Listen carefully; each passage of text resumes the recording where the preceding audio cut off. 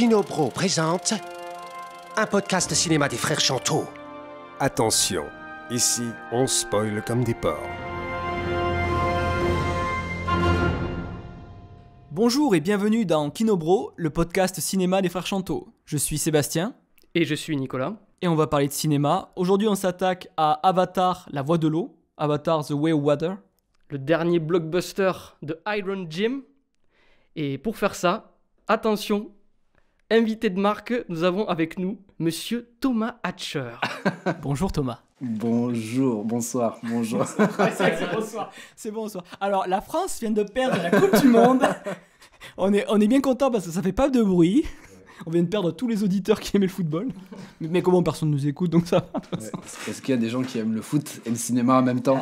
Godard aimait le foot et le cinéma. Godard, il me semble, Godard il aimait le sport. Moi j'aime bien le foot aussi. Hein. Ça va, bon, d'accord. Un peu. Donc tu pleures un peu à l'intérieur de... Et là tu es en deuil un peu. Ouais, absolument. Non mais... Tu pleures pour la Coupe du Monde, mais pas pour Avatar par contre. Ça c'est ce qu'on va voir. Peut-être que je vais changer d'avis en cours de moduler mon avis pour qu'on ait de la discussion. Non, mais en tout cas, on est très content de te recevoir dans notre humble podcast. On te remercie encore parce qu'on rappelle que tu nous as offert une de tes musiques pour habiller ce podcast. Thomas, avant qu'on rentre dans le vif du sujet, est-ce que tu peux te présenter à nos auditeurs? Normalement, c'est vous qui devrez me Alors, présenter. on va te présenter. Alors, donc Et Thomas... vous dites si c'est faux ou pas. Donc, on va te présenter. Donc, tu es ingénieur du son, Ouais, donc sound designer aussi. Entre autres, mais tu as multiples cordes à ton arc, parce que je crois que tu étais artiste plasticien aussi, tu es musicien aussi. Donc... Ouais, globalement, plutôt dans tout ce qui touche au son, intervenant sur tous ces plans-là, sur la musique, sur le sound design, et un peu cinéphile par la force des choses, un peu intéressé par le cinéma, quoi. Mais surtout par le fait de faire des films, et ouais, voilà, de les fabriquer et d'en parler aussi. C'est pareil, et du coup on est très content de pouvoir faire ça sur Avatar. Et c'est pour ça qu'on t'a invité justement sur Avatar, je pense qu'il est vraiment le film dont tu voulais parler. Moi je suis ravi, j'étais très content de l'invitation. Comme je vous disais un petit peu en préambule, moi mon Avatar 1, je ne l'ai pas vu. Déjà ça commence bien. Avatar 1 je ne l'ai pas vu, mais j'avais beaucoup d'intérêt pour le film. On en parlera un petit peu après de mon parcours avec l'expérience Avatar, et le fait de ne pas avoir vu le film, ça a clairement joué dans l'expérience. Ouais, voilà, très heureux et hâte d'en découdre. Alors, avant de commencer, moi, j'aimerais rappeler quand même que tu as une actualité en plus. Une série documentaire sur Arte autour des Pyrénées. Ouais, et en 3 épisodes sur la faune, un petit peu la flore, mais surtout la faune des Pyrénées, qui s'appelle Pyrénées secrètes. C'est 3 épisodes qui portent sur qui se focalisent, des portraits en fait en quelque sorte de 3 animaux différents à chaque fois. Le premier épisode c'est sur la genette, le deuxième épisode sur l'ours des Pyrénées, et le troisième épisode c'est sur le gypaète barbu, qui est une espèce d'oiseau de proie immense qui est dans les Pyrénées. Et c'est un film sur lequel j'ai fait la musique originale et la post-prod son, mais surtout la musique. Donc c'est réalisé par Alva Deluz. Et ça sera diffusé sur Arte la semaine du 19 décembre. Donc c'est cette semaine en fait, je crois bien. Et en replay jusqu'à, il me semble, début janvier. Voilà, donc si vous écoutez ce podcast au bon moment, vous pouvez aller jeter un œil au Et travail de Thomas. C'est un exemple d'un bout de mon travail. Ça a été un très long travail de tournage pour eux, travail de musique pour moi un peu plus court, mais c'était un peu le boulot du début de l'année 2022. Le film animalier, c'est tout un genre à part entière, toute une esthétique particulière. C'était intéressant pour moi de bosser là-dedans, parce que je n'avais jamais fait ça auparavant. Mettre la musique sur des animaux, c'est assez particulier comme expérience, mais... ça vaut le coup, si vous aimez bien les animaux, c'est quand même assez intéressant. Et le gypaète barbu, c'est un oiseau assez incroyable, que moi je connaissais pas, et qui vaut le coup et la découverte. Sans transition, on va aussi parler de faune et de flore, mais cette fois-ci... Absolument, c'est ça. Si vous aimez la nature, si vous êtes un nature boy... non seulement allez regarder comme Jim. cette série, et vous pouvez faire un double programme avec Avatar 2, Donc, actuellement en salle. Avatar 2, Seb, est-ce que tu peux nous faire une petite présentation succincte Donc on va parler de James Cameron aussi. Donc James Cameron, c'est le réalisateur de Terminator, Terminator 2, The Abyss, Aliens, True Lies, Titanic, qui a été pendant un moment le plus grand succès au box-office de tous les temps, avant d'être détrôné par Avatar, premier du nom. Et maintenant, du coup, il ressort la suite d'Avatar. A priori, sa fin de carrière se passera sur les suites d'Avatar, parce qu'il prévoit d'en tourner... 4, il y aura 4 numéros d'Avatar. Exactement. Et donc là, nous allons parler du deuxième numéro, qui vient tout juste de sortir. Alors, on va se faire un petit instant pitch Wikipédia, où on va se rappeler de quoi ça parle. Alors Thomas, puisque tu es l'invité, est-ce que tu es d'accord pour nous lire le synopsis d'Avatar 2, pour rappeler aux gens de quoi ça parle? Absolument.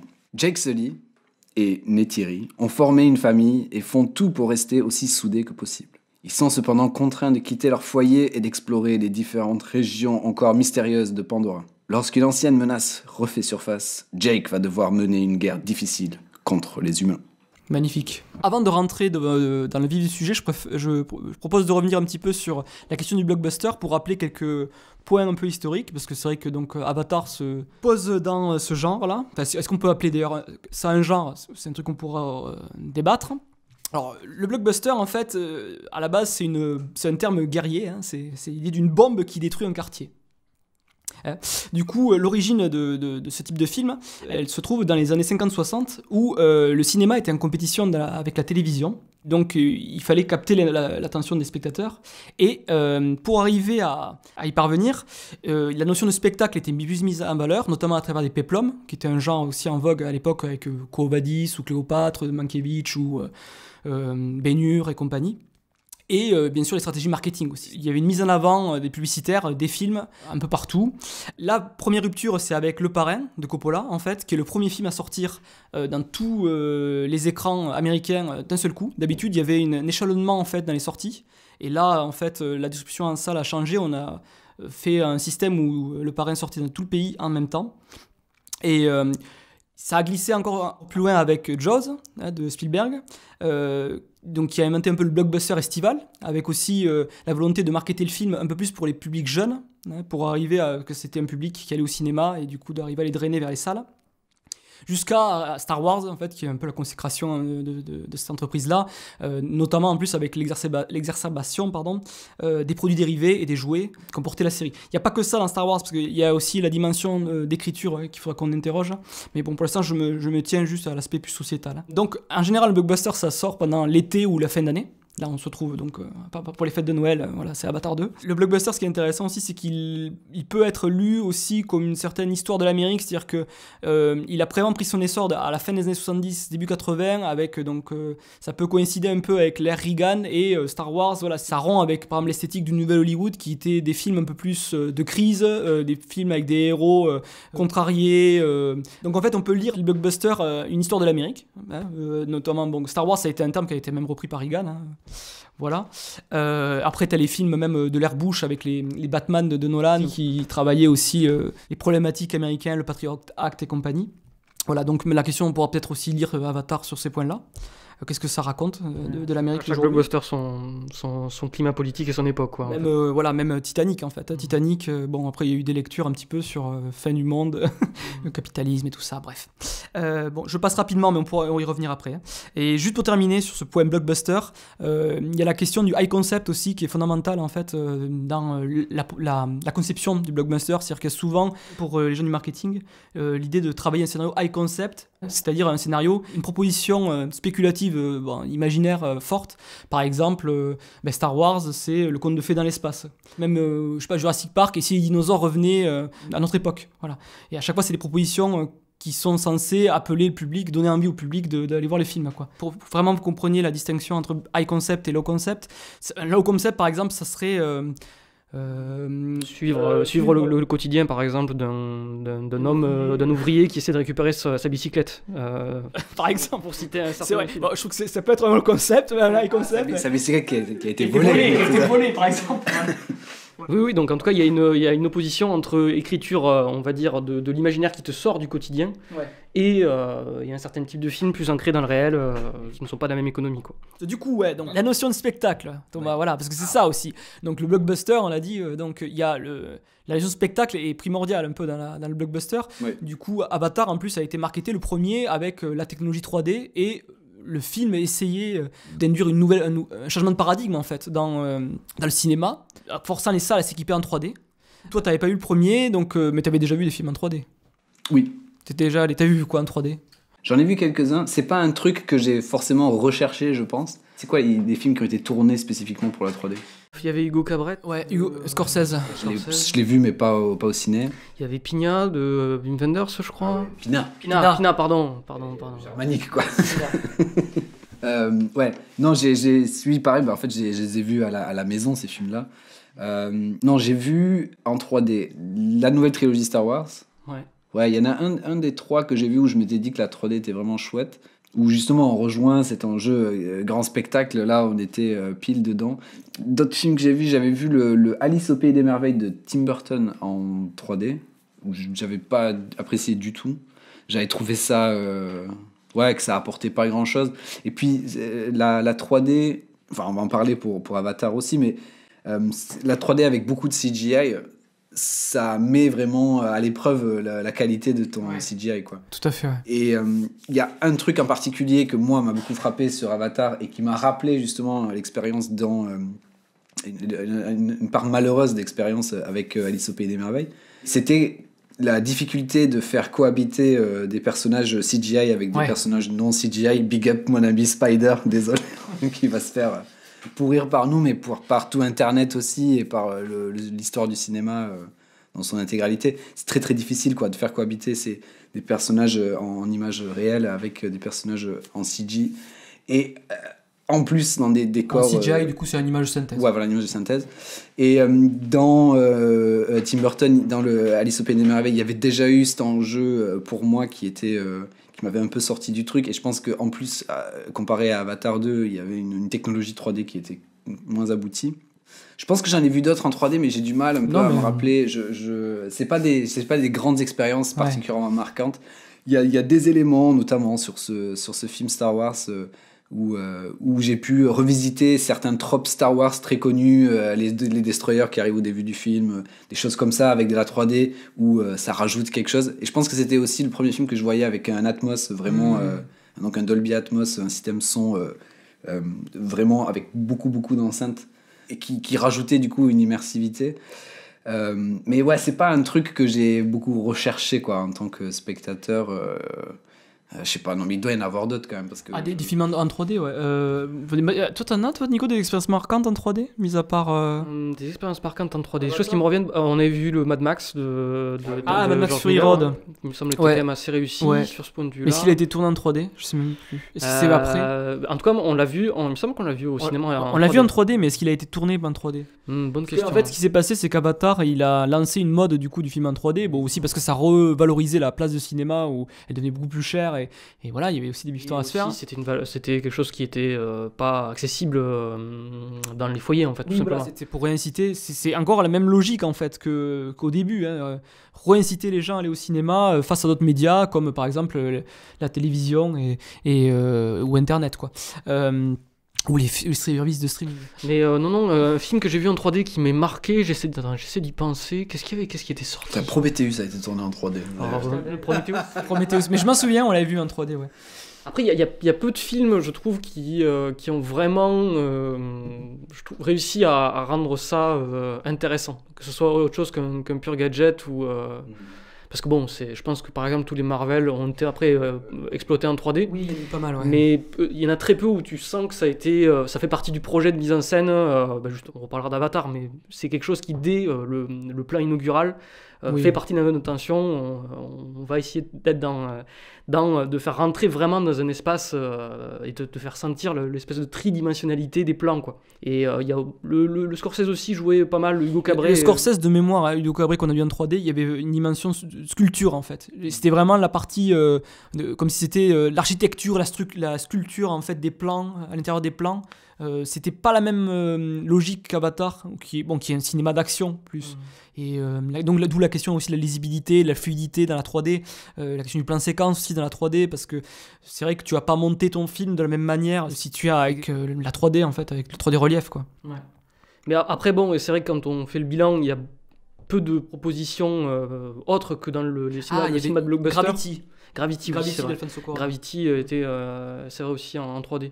Mais il y a peu de films qui sortaient justement de ce type de production à grande échelle, quoi, qui sont emparés de la 3D. Pina, du coup, de Wenders, ce n'était pas un blockbuster. Tu vois. Voilà, c'était pour le coup une autre approche de la 3D, quoi. J'ai vu que Life of Pi aussi était. Life of Pi, ouais. Life of Pi. Et les Hobbits aussi. Les Hobbits avaient été aussi diffusés en. Et c'était de pair, ça allait de pair avec la HFR, parce que la HFR, c'est donc High Frequency Rate. Donc l'idée d'une cadence d'image, parce que bon, voilà, pour nos auditeurs, la fréquence d'image fixe au cinéma, c'est 24 images, qui est, je crois, une des premières limites. Par rapport à la persistance rétinienne. Mais qui est une limite totalement économique et arbitraire. C'est-à-dire qu'on pourrait passer... Par rapport aux perforations... oui. Voilà, bon, c'est le minimum, quoi. En fait. Ouais, voilà. Ouais, c'est le minimum. Et du coup, c'était pas adapté spécialement pour... la cadence d'image en 24 images n'était pas adaptée spécialement pour la 3D. Pour la 3D, ouais. Et du coup, il y a eu des propositions, notamment pour éviter les maux de tête ou les malaises par rapport à ce type de cinéma, d'utiliser une cadence d'image supérieure. Du coup, d'où l'utilité du HFR dans la 3D du Hobbit, qui était tourné à 100% en 48 images. Et ce qui a choqué aussi, parce qu'il y a une fluidité plus grande, mais les gens, du coup, ils retrouvent une image culturellement qu'ils associent à la vidéo. La fluidité du Hobbit, on a l'impression de tourner avec un caméscope familial. Qui en plus donne un rendu aussi sur tout ce qui est justement accessoires, décors, qui montre un peu plus l'artificialité en fait. On devait réinventer en fait si on choisissait de tourner en 48 images, tous les corps de production étaient touchés quoi. Il fallait que les décorateurs aussi se mettent au niveau. Alors c'est ça que tu dis. Ouais, tout à fait. Et aussi une dernière chose aussi, je pense chez les gens, il y a eu une sorte de rapprochement avec justement les jeux vidéo qui eux ont pas ce problème de limitation de fréquence d'image et qui sont arrivés beaucoup plus justement à des fréquences d'image beaucoup plus hautes quoi. Et donc on retrouve cette espèce de fluidité qu'on peut avoir dans et qui même là dans le cas par exemple d'Avatar reprend certains codes même de mouvement de caméra parce qu'on est dans un cinéma entièrement virtuel et donc la caméra est libérée. Il y a une proximité entre les deux qui font que certaines personnes ont la sensation d'être dans des cinématiques justement de jeux vidéo quoi. C'est chiant parce que j'ai l'impression qu'on fait une grosse digression technique, mais peut-être qu'il faut rappeler aussi ce que c'est la performance capture. On peut, oui, tout à fait, ça fait partie du projet d'Avatar 2.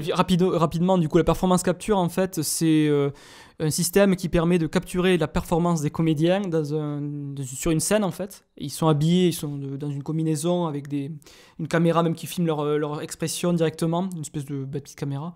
Et ils sont scannés, et après, du coup, les choix de découpage, de mise en scène, sont faits a posteriori. On enregistre toute la performance dans sa globalité, en fait, tous les mouvements des comédiens.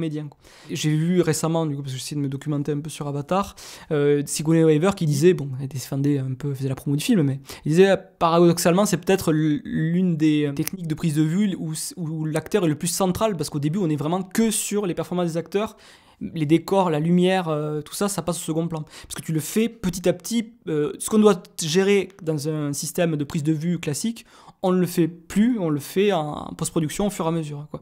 Voilà, donc c'est vraiment...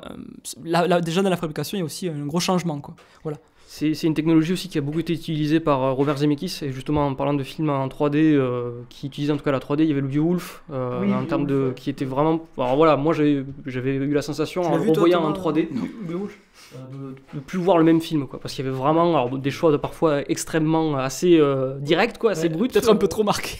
Mais qu'il avait aussi... En tout cas, il avait pensé sa mise en scène vis-à-vis de la 3D, quoi. Ouais, pour moi, sur l'expérience spectatorielle sur le Avatar 2, il y a... Alors je sais qu'ils ont utilisé du motion capture sur le premier aussi, parce que j'ai vu des images, des making-of, mais je trouve que c'est, à titre personnel, c'est plus marquant en termes de prouesse technique, le motion capture, que la 3D en soi, quoi. Parce que moi j'ai quand même été gêné, enfin pas gêné, mais j'ai remarqué ces aspects, genre j'étais pas au courant pour le HFR, pour les framerate variables, mais clairement... Enfin, j'ai eu la sensation que dans les séquences de bataille qui sont censées être justement optimisées avec le HFR, pour moi, la mise en scène, elle est moins pertinente, et je sens pas tellement une artificialité, mais en tout cas ce gêne du framerate qui augmente, la fluidité qui augmente. Tout devient un petit peu trop lisse. Les personnages perdent du poids. On retrouve le syndrome Quidditch dans les films Harry Potter, tu sais, où on dirait des marionnettes de moteurs de jeu qui se cassent la gueule de leur balai. J'avais encore cette impression-là avec Avatar. Et c'était vraiment justement, même si la 3D, elle était en effet immersive et que sur les plans lents et sur les plans où on a du temps, en effet, c'est hyper appréciable. Moi, sur les scènes de mouvement, j'imagine qu'ils atténuent la 3D à ce moment-là, qu'ils atténuent les effets de 3D.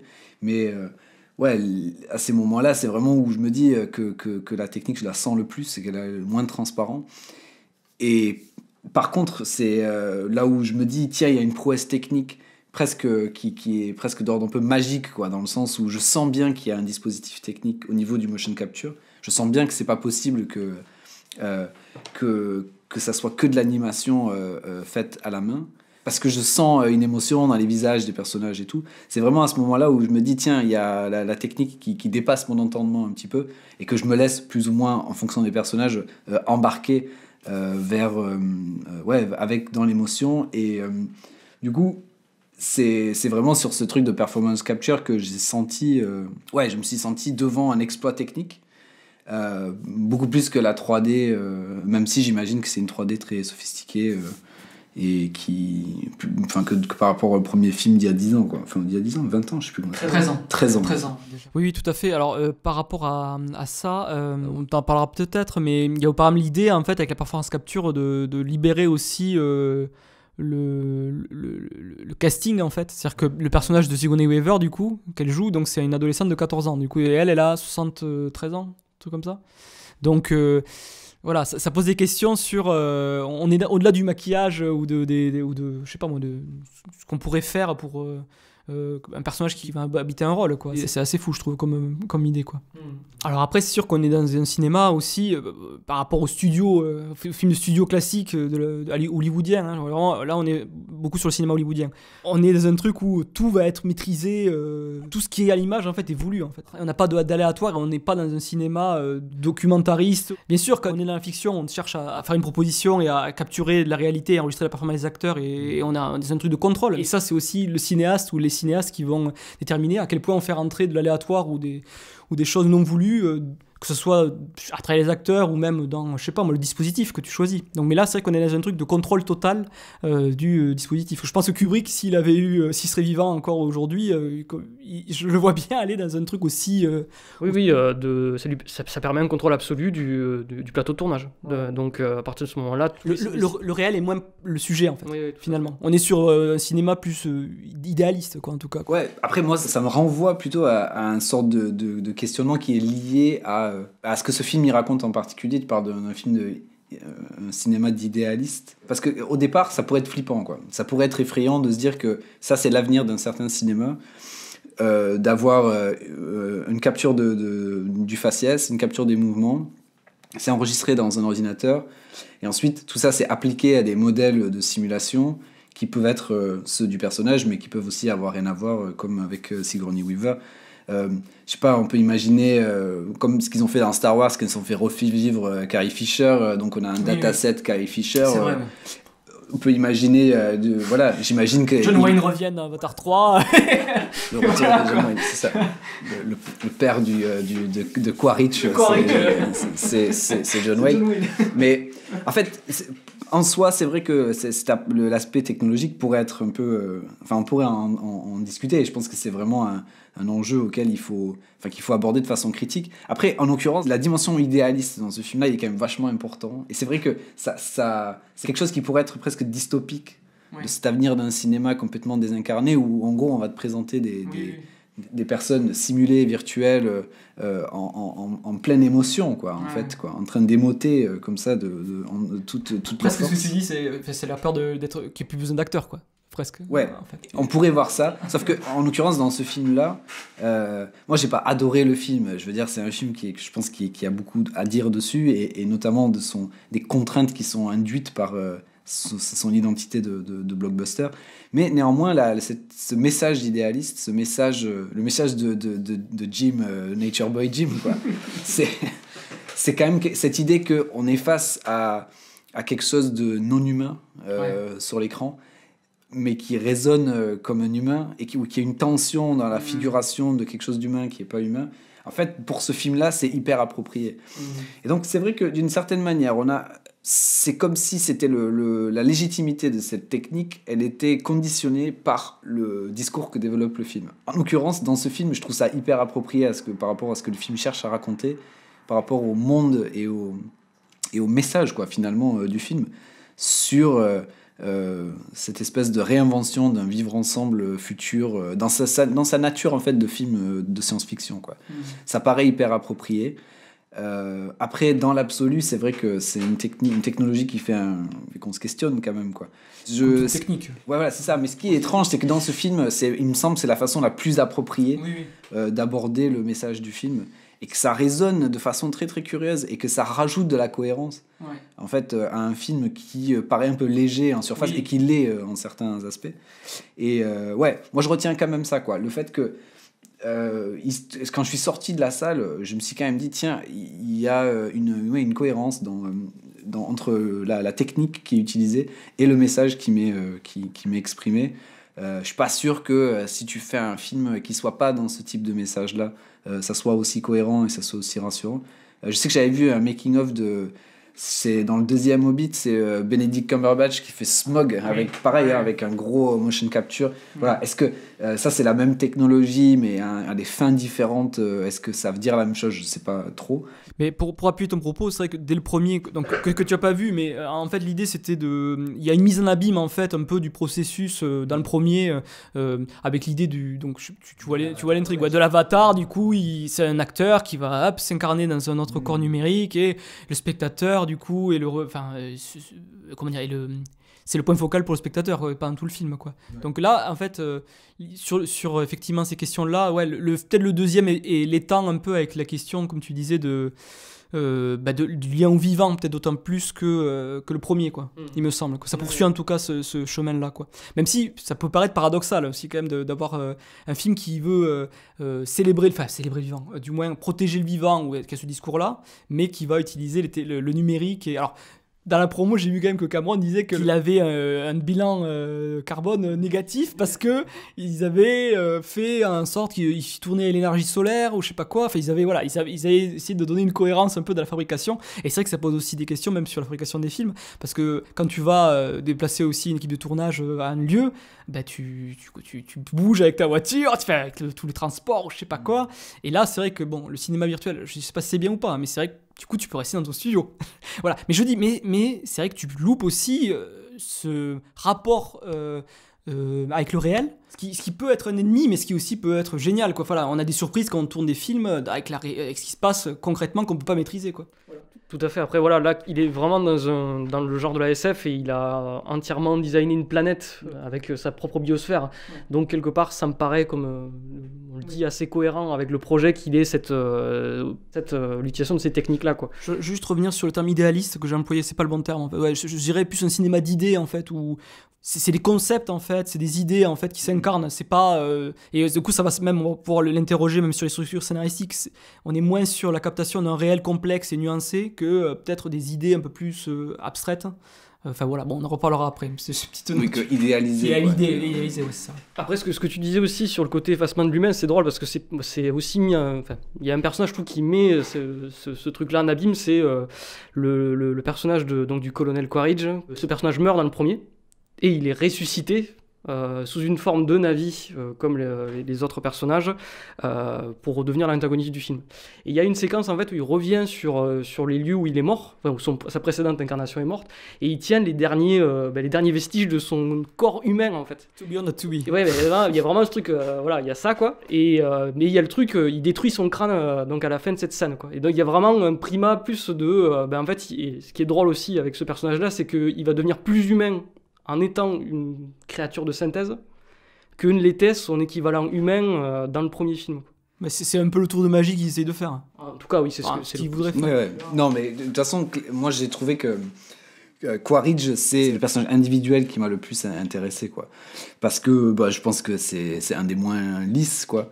Et c'est un, justement, qui est pris dans un vrai conflit de personnages très, très vite, très évident, et qui est un conflit qui est vraiment intéressant comparé au conflit de Jake Sully ou autre, quoi.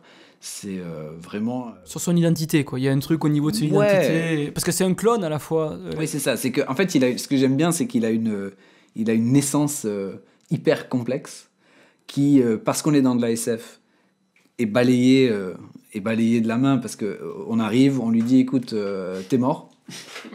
Mais on avait fait une copie de ta conscience qu'on avait backupé sur les serveurs au cas où. Voilà. Si tu vois ce message, c'est que tu es mort, mais pas de problème. On a mis ta mémoire dans un nouveau corps synthétique qui est fabriqué à l'image des navis. Sa naissance là est géniale. Il se réveille dans le labo, il commence à tabasser tous les gens. Moi, j'ai vraiment beaucoup aimé. J'ai beaucoup aimé Quaritch, quoi. Et sur toute la première partie, à chaque fois on a cette espèce de montage parallèle entre Jake Sully et sa famille et la découverte de Pandora par Quaritch et sa famille à lui. Et à chaque fois qu'on revenait sur les Sully, c'était chiant, quoi. Je veux dire, on était vachement... j'avais plus envie de les voir appréhender l'espace. Alors, je peux juste rajouter quelque chose, si t'as pas eu le premier film, en fait, la naissance de Quaritch, en fait, c'est les mêmes plans, la même stratégie de découpage que celle de Jake dans le premier film. Ouais, donc ils sont vraiment construits en miroir. En miroir. Et c'est vrai que c'est... Bon, après, c'est peut-être aussi un truc dans les films de James Cameron, il y a souvent l'histoire du double, qui les figures doubles, quoi, les figures en miroir, comme ça, dans ces films. Donc... ouais, voilà, donc ça répondait, je voulais juste rajouter ça. Oui, c'est ça. Et j'avais beaucoup d'espoir, justement, en me disant... Après, on peut peut-être en parler maintenant. Il y a une des choses qui est très dure dans le film, c'est la manière dont on a une histoire qui met des choses en avant, mais qui les développe pas totalement et qui les mène pas à bout parce qu'on est clairement dans un film d'exposition pour une suite de 4 films. Alors, est-ce que ça te dérange pas, juste avant de revenir sur le scénario, si ça te dérange pas, je veux juste rajouter, parce que dans l'aspect technique, je m'étais noté un petit truc, la question immersive, il y a quand même des choses que je trouve, il y a plein de choses que je trouve réussies dans le film, et des choses qui sont moins réussies, mais l'idée de l'eau en 3D, je crois que c'est le truc le plus compliqué à faire, c'est vraiment une casse-tête ou quoi, et notamment donc là, la technologie qui a été développée là, pour Avatar de celui-là, c'est de pouvoir filmer... ils ont filmé dans des piscines en fait avec des trucs de motion capture, je crois, pour vraiment avoir la pesanteur des acteurs et compagnie, quoi. Et dans l'eau, quoi. Et moi personnellement, qu'est-ce que t'en as pensé, toi, des séquences aquatiques? Moi, je les ai trouvées quand même sur le côté immersif et contemplatif presque. Je trouve que ça dure quand même c'est au milieu du film. Et il n'y a pas de... Ça me fait penser un peu dans la logique à Miyazaki, genre Ponyo, tu vois, Ponyo sur la falaise, je sais pas si t'as vu ce film. Voilà, il y a un côté contemplatif, justement, qui est un peu en rupture avec la dimension film d'action qui est dans le film. Je trouvais que c'était quand même assez bluffant. Pas que sur l'aspect technique, parce que je veux pas distinguer trop la technique et l'artistique, parce que là, pour le coup, je trouvais qu'on parle de Spider, qui est un peu ok, mais globalement, voilà, sur la faune aquatique, ouais, je trouvais ça chouette. Et aussi, moi, personnellement, sur le découpage, sur la mise en scène de l'action, il y a quand même un savoir-faire indéniable, parce que c'est d'une complexité assez dingue de filmer de l'action, mais alors peut-être c'est plus simple sûrement parce qu'il fait un motion capture, du coup il peut choisir les angles qu'il veut, quoi, mais c'est comme le cinéma hollywoodien classique, tu vois, ça va chercher la fluidité, la lisibilité, le montage invisible, et là ouais, il y a du montage, mais je trouve que c'était quand même très engageant et très puissant en fait comme manière de filmer l'action. Voilà, moi je trouve que c'est les grosses réussites du film, pour moi je les mets là en fait, je les mets dans la fabrication et en plus voilà, moi je redis, la complexité du truc. J'imagine même pas de filmer un film comme ça, mais pour moi c'est assez dingue.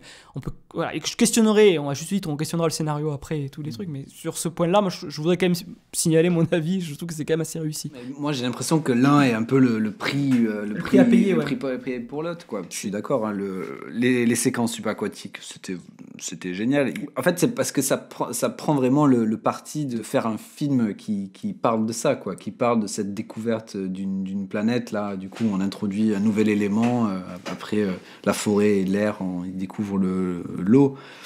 Et on sent que ça leur a été mis des moyens, et il n'y a pas de problème sur ça. C'est vrai que sur les séquences d'action...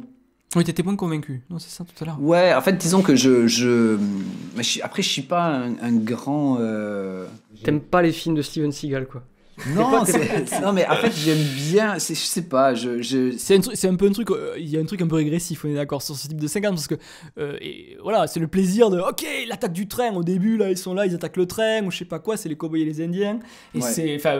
Ouais, enfin moi j'ai un plaisir sur la lecture, la lisibilité et comment il t'engage dans la mise en scène dans ces séquences-là en fait. Mais en quoi est-ce que ça dépasse juste un exercice de style extrêmement bien Ah, on est dans l'artisanat, oui, on est plus... Non, je veux dire extrêmement bien délimité.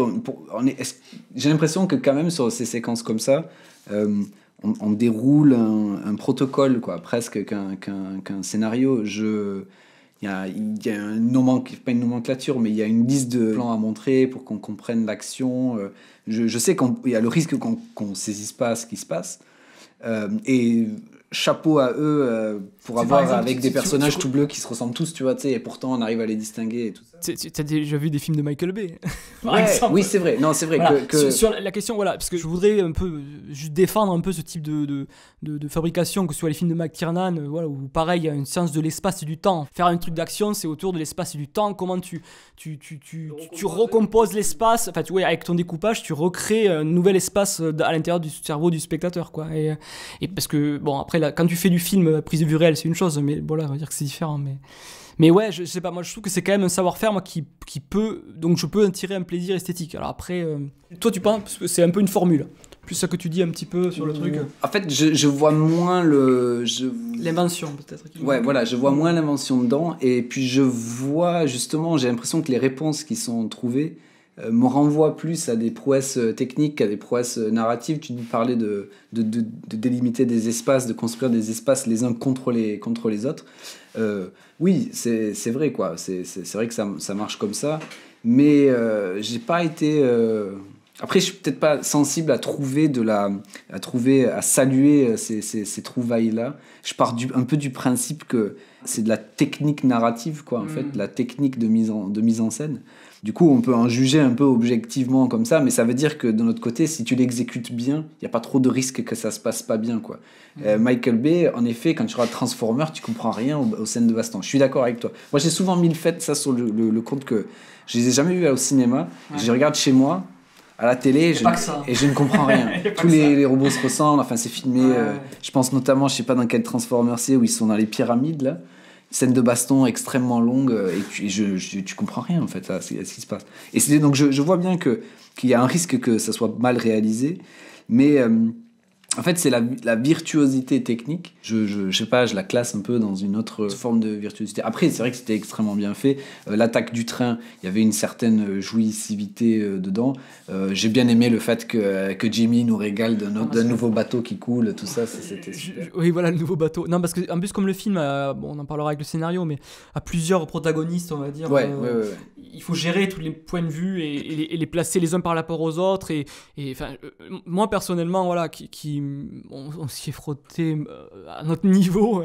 Voilà, c'est compliqué. Franchement, c'est après il a le moyen, le temps et le truc de le faire, mais il y a dans la conception, en tout cas, je pense que ça demande quand même un certain talent, quoi. Après, ouais, peut-être que ce qui manque, et là c'est par rapport au Avatar 1, si je compare avec une des séquences d'action simple, basique, où Jake Sully se réveille, où il découvre son corps de Na'vi, il y a toute une séquence en fait où il va faire ressentir les sens au spectateur comme s'il les redécouvrait pour la première fois, et donc avec le cinoche de faire la synesthésie, quoi, où tu vas être sur les pieds pour le toucher, tu vois, où à la fin le personnage il mange le truc, et la manière dont il filme la grenade, tu sens que presque tu peux la sentir et tout ça.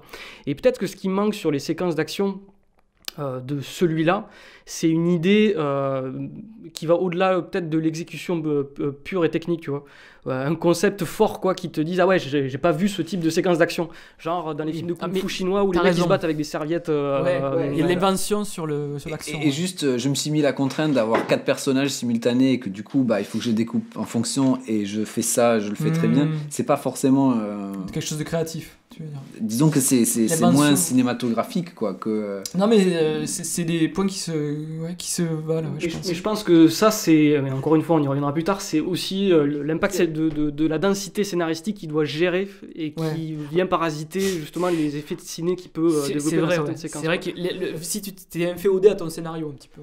Non, parce que si tu penses à des mécanismes de rendre sensibles les scènes d'action, typiquement le premier qui vient à l'esprit, ça va être de jouer sur les points de vue, donc ou en exacerbant une subjectivité ou en exacerbant une distance, quoi. Par exemple, c'est avoir des moments, tu sais, le fameux moment de la grenade qui explose, les acouphènes, le regard qui se met dans le flou et tout ça.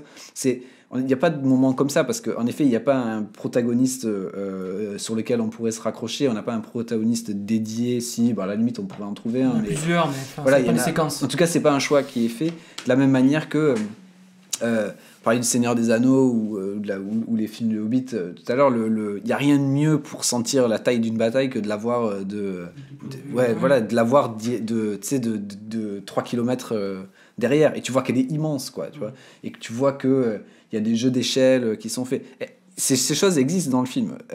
Les Tolkien, là, les baleines, par exemple, elles sont filmées comme ça. Elles sont filmées avec du sensible, elles sont filmées avec des changements de point de vue. Et en effet, les plans les plus mémorables du film, notamment celui qui est utilisé dans la promo, avec c'est le plan par en dessous dans l'océan, où il est juste accroché à sa nageoire, et on a cette espèce de triple baleine à bosse, là.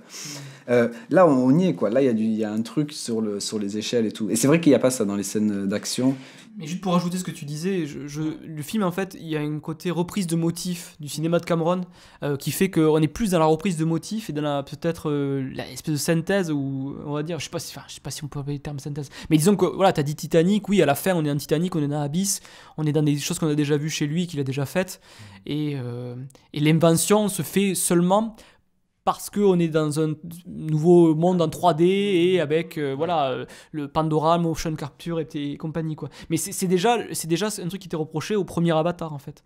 L'idée que même le récit, voilà, c'est un truc que les gens connaissent, mais la nouveauté, elle est sur le dispositif, pas tant sur le découpage en lui-même, quoi, qui doit être du connu. Enfin, presque, on dirait que c'est volontaire que ça soit un peu du connu. Vous connaissez, genre, voilà, moi quand je disais L'attaque du train, c'est un film de western, quoi, par exemple. Mais ça, c'est voulu, je veux dire, c'est pas. C'est voulu. Ah, c'est voulu aussi parce que c'est un blockbuster. Justement, on peut passer du coup peut-être sur le scénario, on va dire, sur le récit, et le récit du blockbuster et l'écriture en général. Et sur les personnages. Et sur les personnages et tout ça, ouais. Parce que le film, quoi, globalement. Ouais. Ben voilà, après, moi, juste pour dire sur ma réception du film, quand j'avais vu le premier Avatar, j'avais été moyennement convaincu, et c'est en le revoyant, j'avais été quand même plus séduit par le film, notamment parce que justement, je sentais vraiment que par rapport à la 3D, il y avait un truc que j'avais pas vu ailleurs, quoi. Et c'est vrai que là, celui-là, je l'ai apprécié. Il y a des écueils qu'on va redire par rapport au scénario, et notamment à certaines choses qui sont expédiées très très rapidement dans la vitesse du récit. Mais c'est vrai que je rejoindrai Seb sur les passages qui m'ont au final peut-être le plus plu, c'est les séquences d'apprentissage des enfants, en fait. Pour moi, c'est peut-être celle que je trouve qui fonctionne le mieux, en fait. Et en fait, peut-être parce que c'est aussi le truc le plus inédit que t'aies vu dans le cinéma de Cameron, en fait. Si tu le replaces par rapport au cinéma, c'est pas un truc qu'il fait d'habitude, ce type il me semble. Ouais.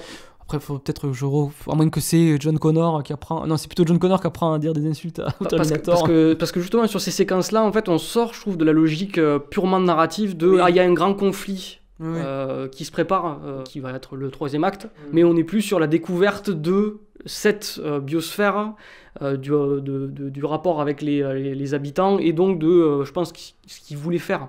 Ce qui est le cœur de son film, qui est ce rapport, comme tu disais Thomas, interespèce, quoi. Après, je pense qu'il voulait aussi faire un truc, une fascination de son chez Cameron pour un univers militaire et d'action bien bourrin, quoi, aussi, quoi, avec les exosquelettes d'Eddie Falco et compagnie. Après, oui, on en parlait ensemble, c'est un côté martial, le côté guerre. Tu le disais hors antenne, Seb.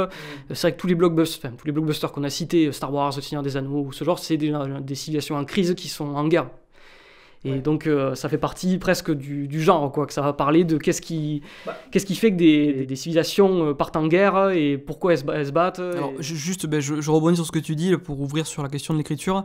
Donc le cinéma hollywoodien se caractérise aussi par une volonté de catégorisation et d'étiquette un petit peu pour arriver à ce que le spectateur consommateur s'y retrouve. Donc là, pour le coup, le blockbuster, c'est vrai que on est là dans une écriture qui fusionne à la fois peut-être le western sur certains aspects, le film de science-fiction, le film de guerre. La question, c'est pourquoi la guerre. Alors après, c'est un spectacle dans la guerre peut-être aussi.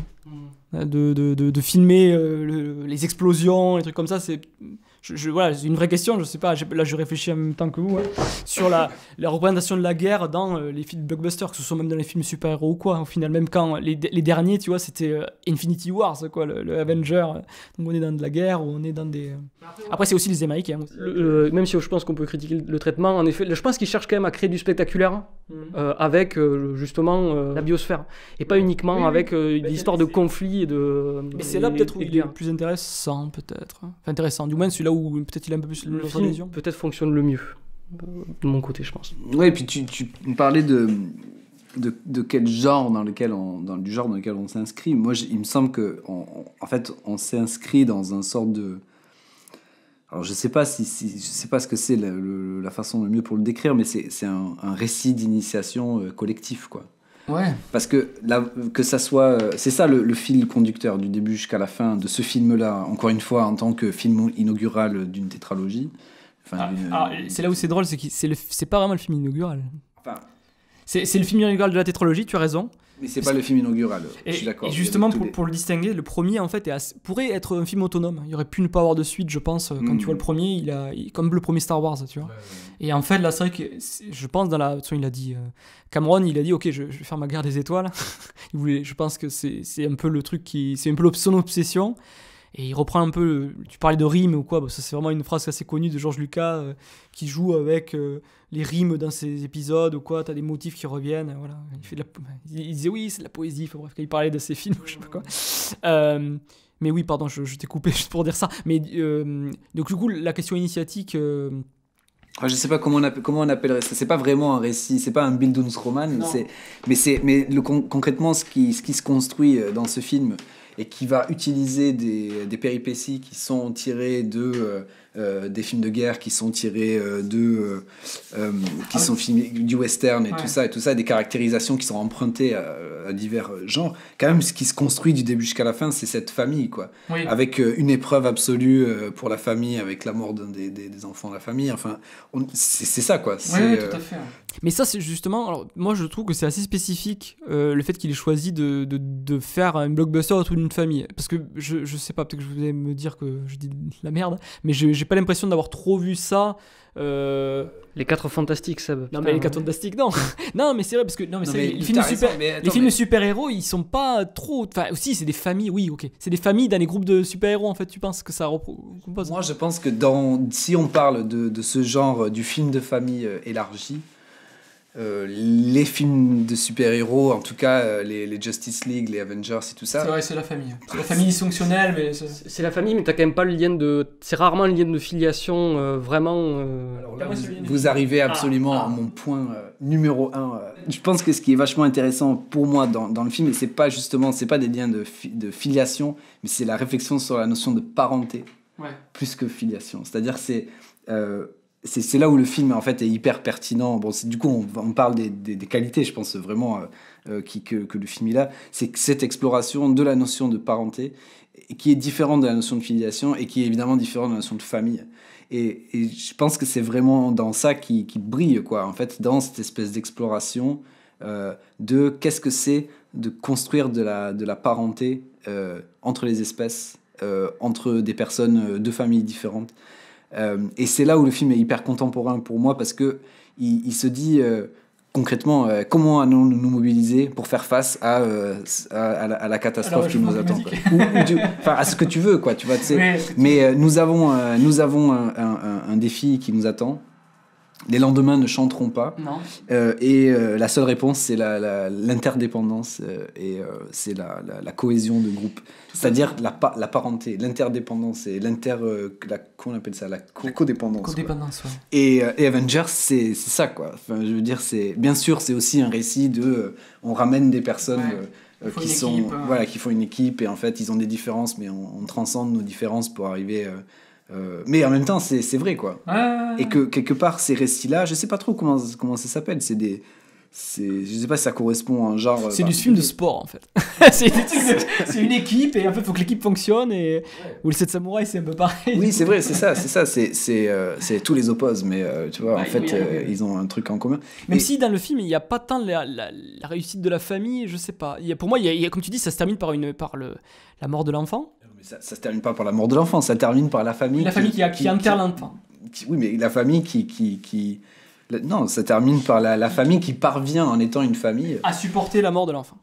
À supporter la vie, quoi. Oui, c'est vrai. C'est vrai. Après, la mort de l'enfant est quand même un prix à payer par rapport au... Parce que moi, ce que je vois dans le mouvement du film, c'est le personnage, du coup, veut protéger sa famille en particulier, sans s'investir dans la cause globale. Il joue à se recroqueviller. C'est un mouvement, en plus, l'état actuel, en plus, tu vois. Avec les gens qui achètent des bunkers et qui font des bunkers ou je sais pas quoi, voilà, ça peut résonner, mais à la fin il se rend compte, qu'en essayant de juste protéger sa famille, il va en payer plus de prix que si, à la fin je sais plus ce que c'est la dernière phrase, I must stand, je dois résister, là, ou je sais pas quoi, et du coup c'est un truc que j'ai apprécié quand même, c'est l'idée que ça démonte un peu cette espèce de isolationnisme, c'est ça, voilà, comme tu dis, de montrer la codépendance et le système, et voilà. Selfish, égoïste. C'est ça, d'égoïsme, et que c'est pas et qu'on peut toujours être égoïste même si on inclut sa famille, quoi. Et ça, j'ai trouvé ça chouette. Moi j'ai trouvé même de toute façon tous ces espèces de messages qu'il y avait autour de la famille, j'ai trouvé vraiment que c'était les points les plus intéressants, et notamment le fait qu'ils, tu sais, à un moment donné, donc ils se disent, quand ils se reconnaissent émotionnellement, ils disent I see you. Ouais. Mais le fait qu'il ait besoin que son fils aîné meure pour qu'il puisse dire ça à son fils, fils cadet, c'est chaud. Et il le dit avec les larmes aux yeux, Jake Sully, Navi, tout bleu là, moi j'ai trouvé ça super. J'ai trouvé ça très touchant d'un point de vue scénaristique, qu'on ait un enfant à sacrifier, en fait, pour pouvoir que l'autre émerge. Et ça, j'ai trouvé ça cool, et je me disais, on se demande lequel va mourir de toute façon. Ils étaient trop nombreux pour qu'il y en ait pas. C'est ça, quoi. C'est ça, ils en avaient fait trop. Après, au bout de 2 heures de film, il a pas eu beaucoup de scènes, malheureusement, le premier, donc... Non, mais oui, c'est vrai que c'est une des faiblesses un petit peu, le premier. Après, parce que tu sens que c'est un personnage qui est un peu fonction, il sert à ça, en fait. Il sert à établir ce qu'on a raconté. En tant que tel, il a du mal à exister. Plus ça avance, plus tu te dis que c'est pas Locke qui va être... C'est pas Locke, non, Locke, il est trop intéressant. Puis là, romantiquement, il n'existe pas, alors que franchement, tu t'attends plutôt... Ouais, c'est ça, il est parfait. Il n'a pas la complexité d'avoir une acquaintance romantique. Parce que t'imagines, si c'était lui... Ouais, c'est ça, pas de conflit avec papa. Non, évidemment, Locke, il est super. Et je pense que lui, c'est un très bon personnage pour la suite, quoi. Oui. Bon, ça sent que ça va être avec Kiri, du coup, l'autre personnage adopté, du coup, qui est interprété par Sigourney Weaver, qui a une connexion avec l'arbre monde. Avant de partir de continuer sur cette thématique-là, oui, toi tu voulais rajouter? Non, vas-y. Sur sur la question patriarcale, moi c'est ça que je voulais déboucher. Parce qu'il y a un truc donc avec des motifs de père imparfait, notamment même donc Quaritch, qui se découvre un fils. Alors ça j'ai trouvé ça un peu au chausse-pied aussi, le fils qui apparaît de Quaritch, parce que c'est pas mentionné du tout dans le premier film. Bon, d'accord. Voilà. Je me demandais parce que Spider, moi je l'ai accepté comme ça. Non, mais il apparaît là, tu le vois en couche-culotte, et puis de suite. Il est toujours en couche-culotte. C'est ça. Il est resté. Et voilà, symboliquement, il est encore. Non, mais sans déconner, quoi. Tu vois, c'est toujours en slip. Je trouvais aussi intéressant, parce que je l'avais vu dans une critique aussi, il disait que Jake Sully, ses enfants l'appelaient sœur. Et moi je trouvais ça intéressant qu'ils sachent pas trop, qu'ils les éduquent à la militaire, quoi. Parce que c'est un militaire dans le premier, et du coup évidemment il fait l'éducation militaire. Et je me suis dit, alors c'est peut-être moi qui va trop loin, qui projette peut-être mes trucs dans le film, c'est que ça crée du chaos, ça crée des choses mauvaises, l'éducation militaire sur les enfants.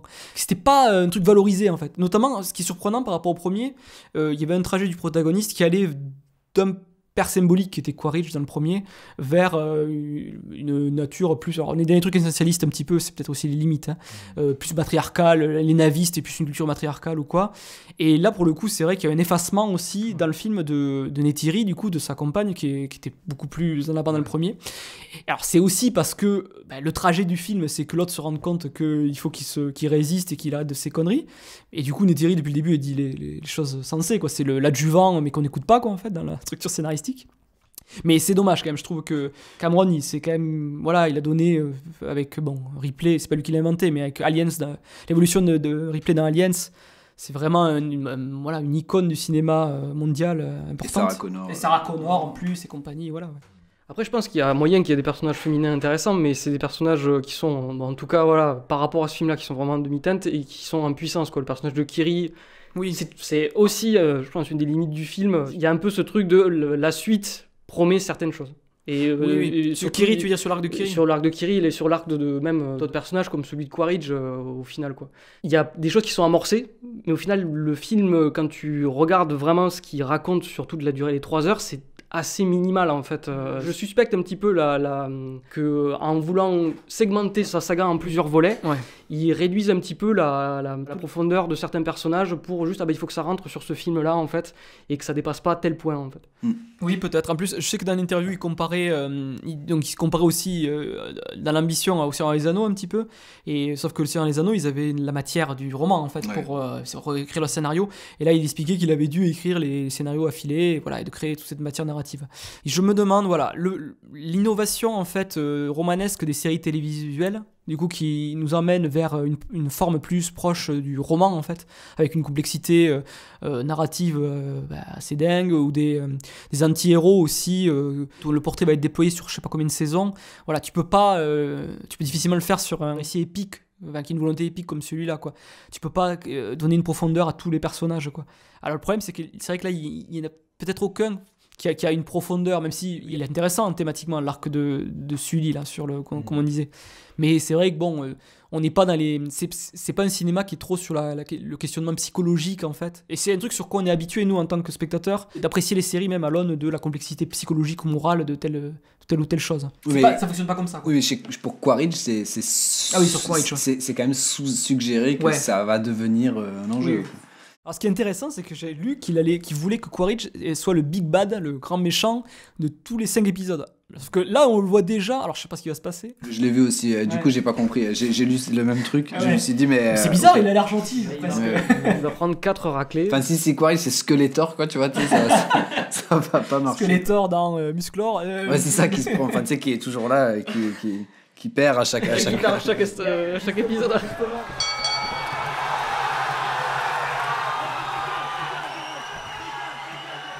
Ce qui est pour l'œil ne doit pas faire double emploi avec ce qui est pour l'oreille. Robert Bresson. Et on peut discuter, si vous voulez, un peu de Quaritch, notamment moi ce que j'ai envie de dire c'est... Alors Hitchcock disait la fameuse phrase « plus le méchant est meilleur sera le film ». Et c'est vrai que dans ce récit type d'action, peut-être je me demande si Quaritch n'est pas un peu faible, dans le sens, il est intéressant comme personnage, mais en termes de danger, en fait, il se fait assez vite court-circuiter par les navires. Alors certes, c'est pas lui directement, mais il y en a un qui meurt, un des enfants. Mais je me demande, tu vois, le Terminator, tu vois, tu t'as peur jusqu'au bout, quoi. T'as le Terminator qui te poursuit, tu t'en chies. Les aliens, putain, les aliens, quoi. La reine-mère alien, là, voilà.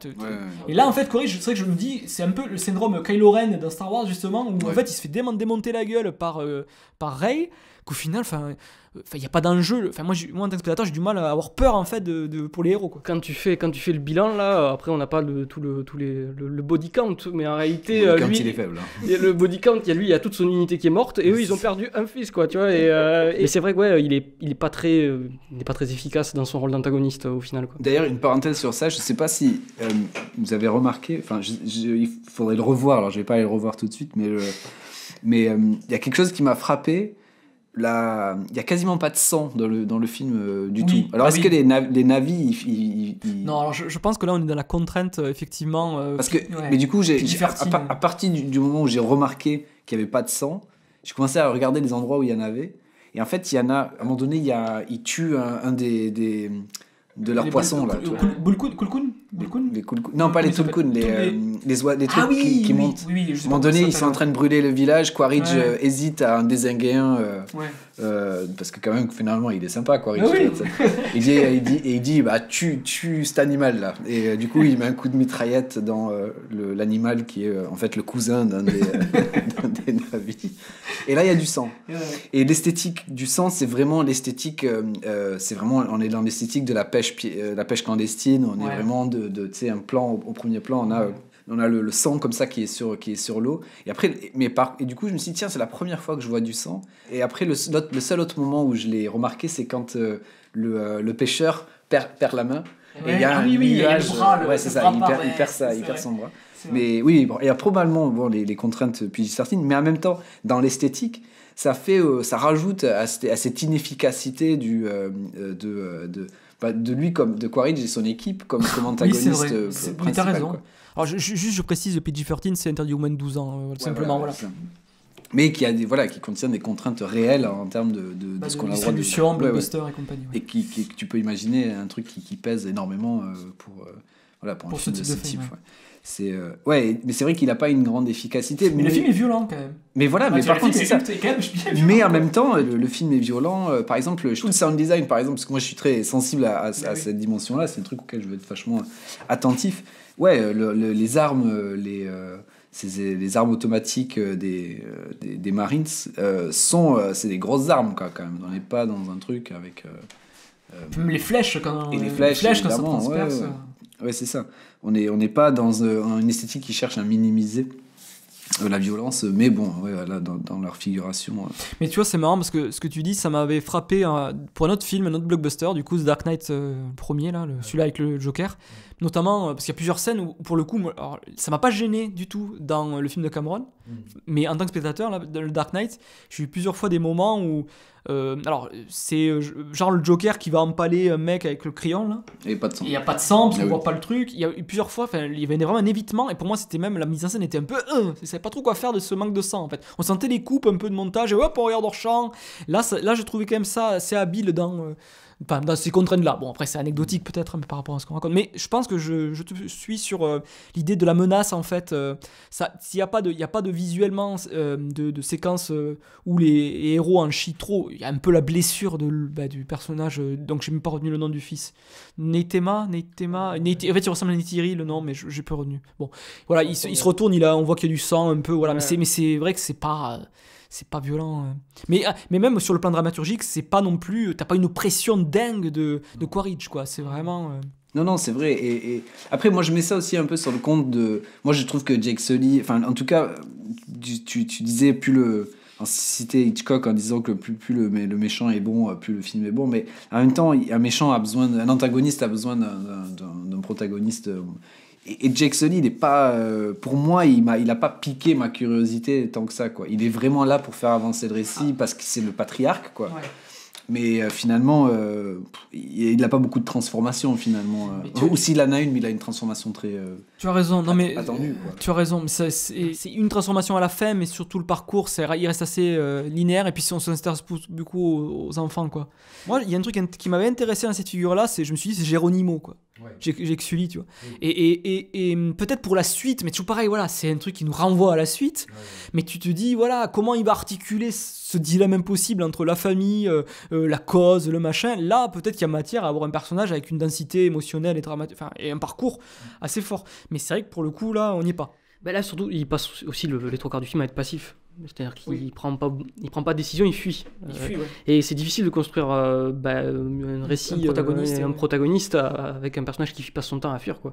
Tu vois pas en fait en quoi il appuie sur la faiblesse de tout ce groupe-là, en fait. C'est le double de Jake Sully avec son fils humain. C'est tout. Ouais, je sais pas, il a le même. Et je pense, et là on va revenir sur Spider, et je pense aussi que la faiblesse de ce personnage-là vient de son rapport avec ce personnage-là, Spider. Donc Thomas, tu vas pouvoir y aller, vas-y. Non, mais moi, parce que c'est un peu chiant de devoir parler d'un film en se projetant comme ça sur les pistes qui ont été annoncées. Tout à fait. Non, mais c'est une faiblesse. De toute façon, on en avait parlé quand on avait parlé on n'avait pas parlé là, mais quand on avait parlé du Dune de Villeneuve, c'est le même truc, quoi. C'est que t'as la liste des choses qui sont bien dans le film, et après il y a la liste des choses que t'espères vont être cool dans le deuxième. Quoi. Teasing. Ouais, c'est ça. Qu'est-ce qui va être teasé, qu'est-ce qui va être développé. Et du coup, là, on projette un peu. Mais c'est vrai que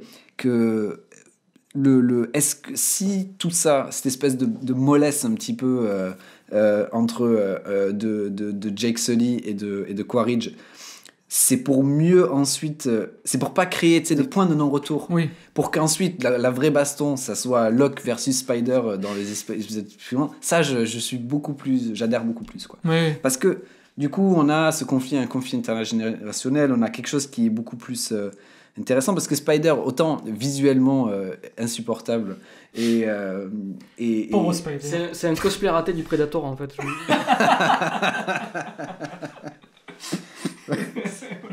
C'est vrai que quand tu le vois se peindre en bleu. Oh le pauvre, non mais ouais, non mais c'est vrai que là ils auraient pu faire quelque chose. Après voilà, moi c'est le petit, il y a certains points sur le film mais bon là je pars sur complètement autre chose, c'est des points de représentation un peu kitschouille ou en tout cas un peu la musique, j'aimerais aussi avoir l'avis de Thomas dessus sur le score de feu James Horner qui a dû être repris quoi. Alors c'est pas James Horner, donc il y a le thème de Avatar est en effet composé par James Horner qui a signé la BO du premier film. Mais comme James Horner est mort dans un accident d'hélicoptère en 2000. Je sais plus. Je savais même pas que c'était un hélicoptère. Je sais plus, pardon. Oh, il est mort en tout cas. Faut que je vérifie. Et la responsabilité du score est incombée à un collaborateur de longue date, donc Simon Franglen, qui a bossé beaucoup en tant que second un petit peu de James Horner. Mais aussi c'est quelqu'un, quand on regarde sa filmo, on va le retrouver sur des trucs vraiment de partout. Il a travaillé sur Spectre, il a travaillé sur James Bond. Enfin voilà, il a une sorte de filmo immense en contribuant des parties clavier, en contribuant de la programmation, mais aussi en tant que compositeur. Donc c'est lui qui a recomposé le score. Je sais pas, qu'est-ce que tu voulais dire sur la musique ? Non, en fait, moi, voilà, ça rejoint un peu le design de Spider et la musique. Il y a un côté très, on va dire, archétypal de ce type de représentation qui parfois dans le film, je suis pas en train de dire que tout le score est pas bon, mais il y a certains moments où il y a vraiment je sais pas, là je vais faire une blague de mauvais goût, un petit côté Ushuaïa quoi sur l'utilisation de la musique. Ce qui est compliqué, c'est que les navis c'est censé, enfin dans l'histoire c'est des aliens, mais dans les faits c'est pas les aliens, c'est des humains, des gens qui vivent en Amazonie ou c'est des indigènes en fait. Je pense que c'est des indigènes avec un sorte de I majuscule, des indigènes exactement. Théoriques. Donc mais du coup t'as pas tant l'étrangeté que tu voudrais peut-être avoir ou le côté non humain quoi. C'est ça et bon voilà, j'ai l'impression que Spider il est déguisé quoi, en indigène. Et c'est ça, je pense, qui fait que le personnage, il a l'air. Ah putain, oui, c'est vrai. Il a l'air. Un peu, quoi. Mais justement, et ça, tout ce qui est vachement. Je suis vraiment d'accord avec toi, et je me suis demandé à plusieurs reprises, et d'autant plus en arpentant un petit peu Twitter par la suite, et en voyant des styles et des images comme ça du film, et en voyant Spider, je me suis vraiment. C'est pour ça que je parlais de la direction artistique, quoi. J'ai du mal à comprendre comment ça ait pu. Passer comme ça les étapes de fabrication d'un film qui est aussi soigné que ça, autrement que de me dire que c'est je crois que j'ai une réponse. Autrement de dire que ce déguisement indigène il est volontaire et que justement peut-être c'est pour pointer du doigt le fait que la fragilité de son identité indigène et que je sais pas, par exemple, un des reproches qui est fait à Spider dans Twitter, notamment les gens qui tweetent pendant qu'ils regardent le film, qui est le fait qu'il y a pas mal de gens qui pensent qu'il va se retourner contre les navis direct, quoi. Ouais. À partir du moment où il y a ces petits regards tendres au moment il a peur de Neytiri, voilà. Au moment là. Exactement, il a peur de Neytiri et il y a ce moment où Quaritch et ses hommes parviennent à domestiquer des espèces de ptérodactyles géants sur lesquels ils volent. Il y a clairement une tendresse qui s'installe, il y a un rapport et c'est vrai, moi, à ce moment-là on se demande tiens, est-ce qu'ils vont arriver à le retourner tant que ça. Moi ça, ce qui est vachement bien, c'est justement, ça me rappelle beaucoup, justement, on parlait des westerns tout à l'heure, on est assez proche c'est clair. de Prisonniers du désert, quoi. On est dans ce discours là, c'est pour ça que j'ai de l'espoir pour Spider, et que le désamour c'était vraiment plus un désamour esthétique, mais aussi le désamour parce qu'il faisait apparaître les failles techniques que je veux pas voir, en fait. Il fait apparaître le fait que c'est trop bizarre de voir un post-adolescent à moitié nu avec des dreadlocks qui marche comme ça à côté d'un espèce d'extraterrestre. D'extraterrestre tout bleu, quoi. Mais moi, ma théorie pour comment ça peut, comme tu as formulé la question tout à l'heure, comment ça peut passer, comment ça peut arriver dans un film aussi contrôlé. Je pense que ça reste un film d'auteur en fait, tu vois, et ça reste un film de James Cameron, et c'est comme avec George Lucas, tu vois, avec Jar Jar Binks. Pour moi, il y a un truc. Est-ce qu'on est en train de dire que Spider est le Jar Jar Binks d'Avatar? Je crois que je suis un peu en train de le dire. Je suis désolé, là, la comparaison de Jar Jar Binks, c'est quand même une échelle dans le... Ce que je veux dire, c'est qu'il y a des choses, un moment où tu tapes... Comme quand il n'y a qu'une seule personne, c'est très... Mais je pense que t'as raison. Je pense que c'est pour ça que, comme les petits trucs de mauvais goût, parfois qui passent ou quoi, je pense que ça peut être ça. Ouais. Je mettrais ça comme réponse, comme élément de réponse. Non, mais je pense que c'est vraiment une bonne appréciation. Oui. C'est parce que justement, c'est ça, c'est quand t'as qu'une seule entité... un homme blanc, en plus, canadien, canadien, on va dire. Voilà.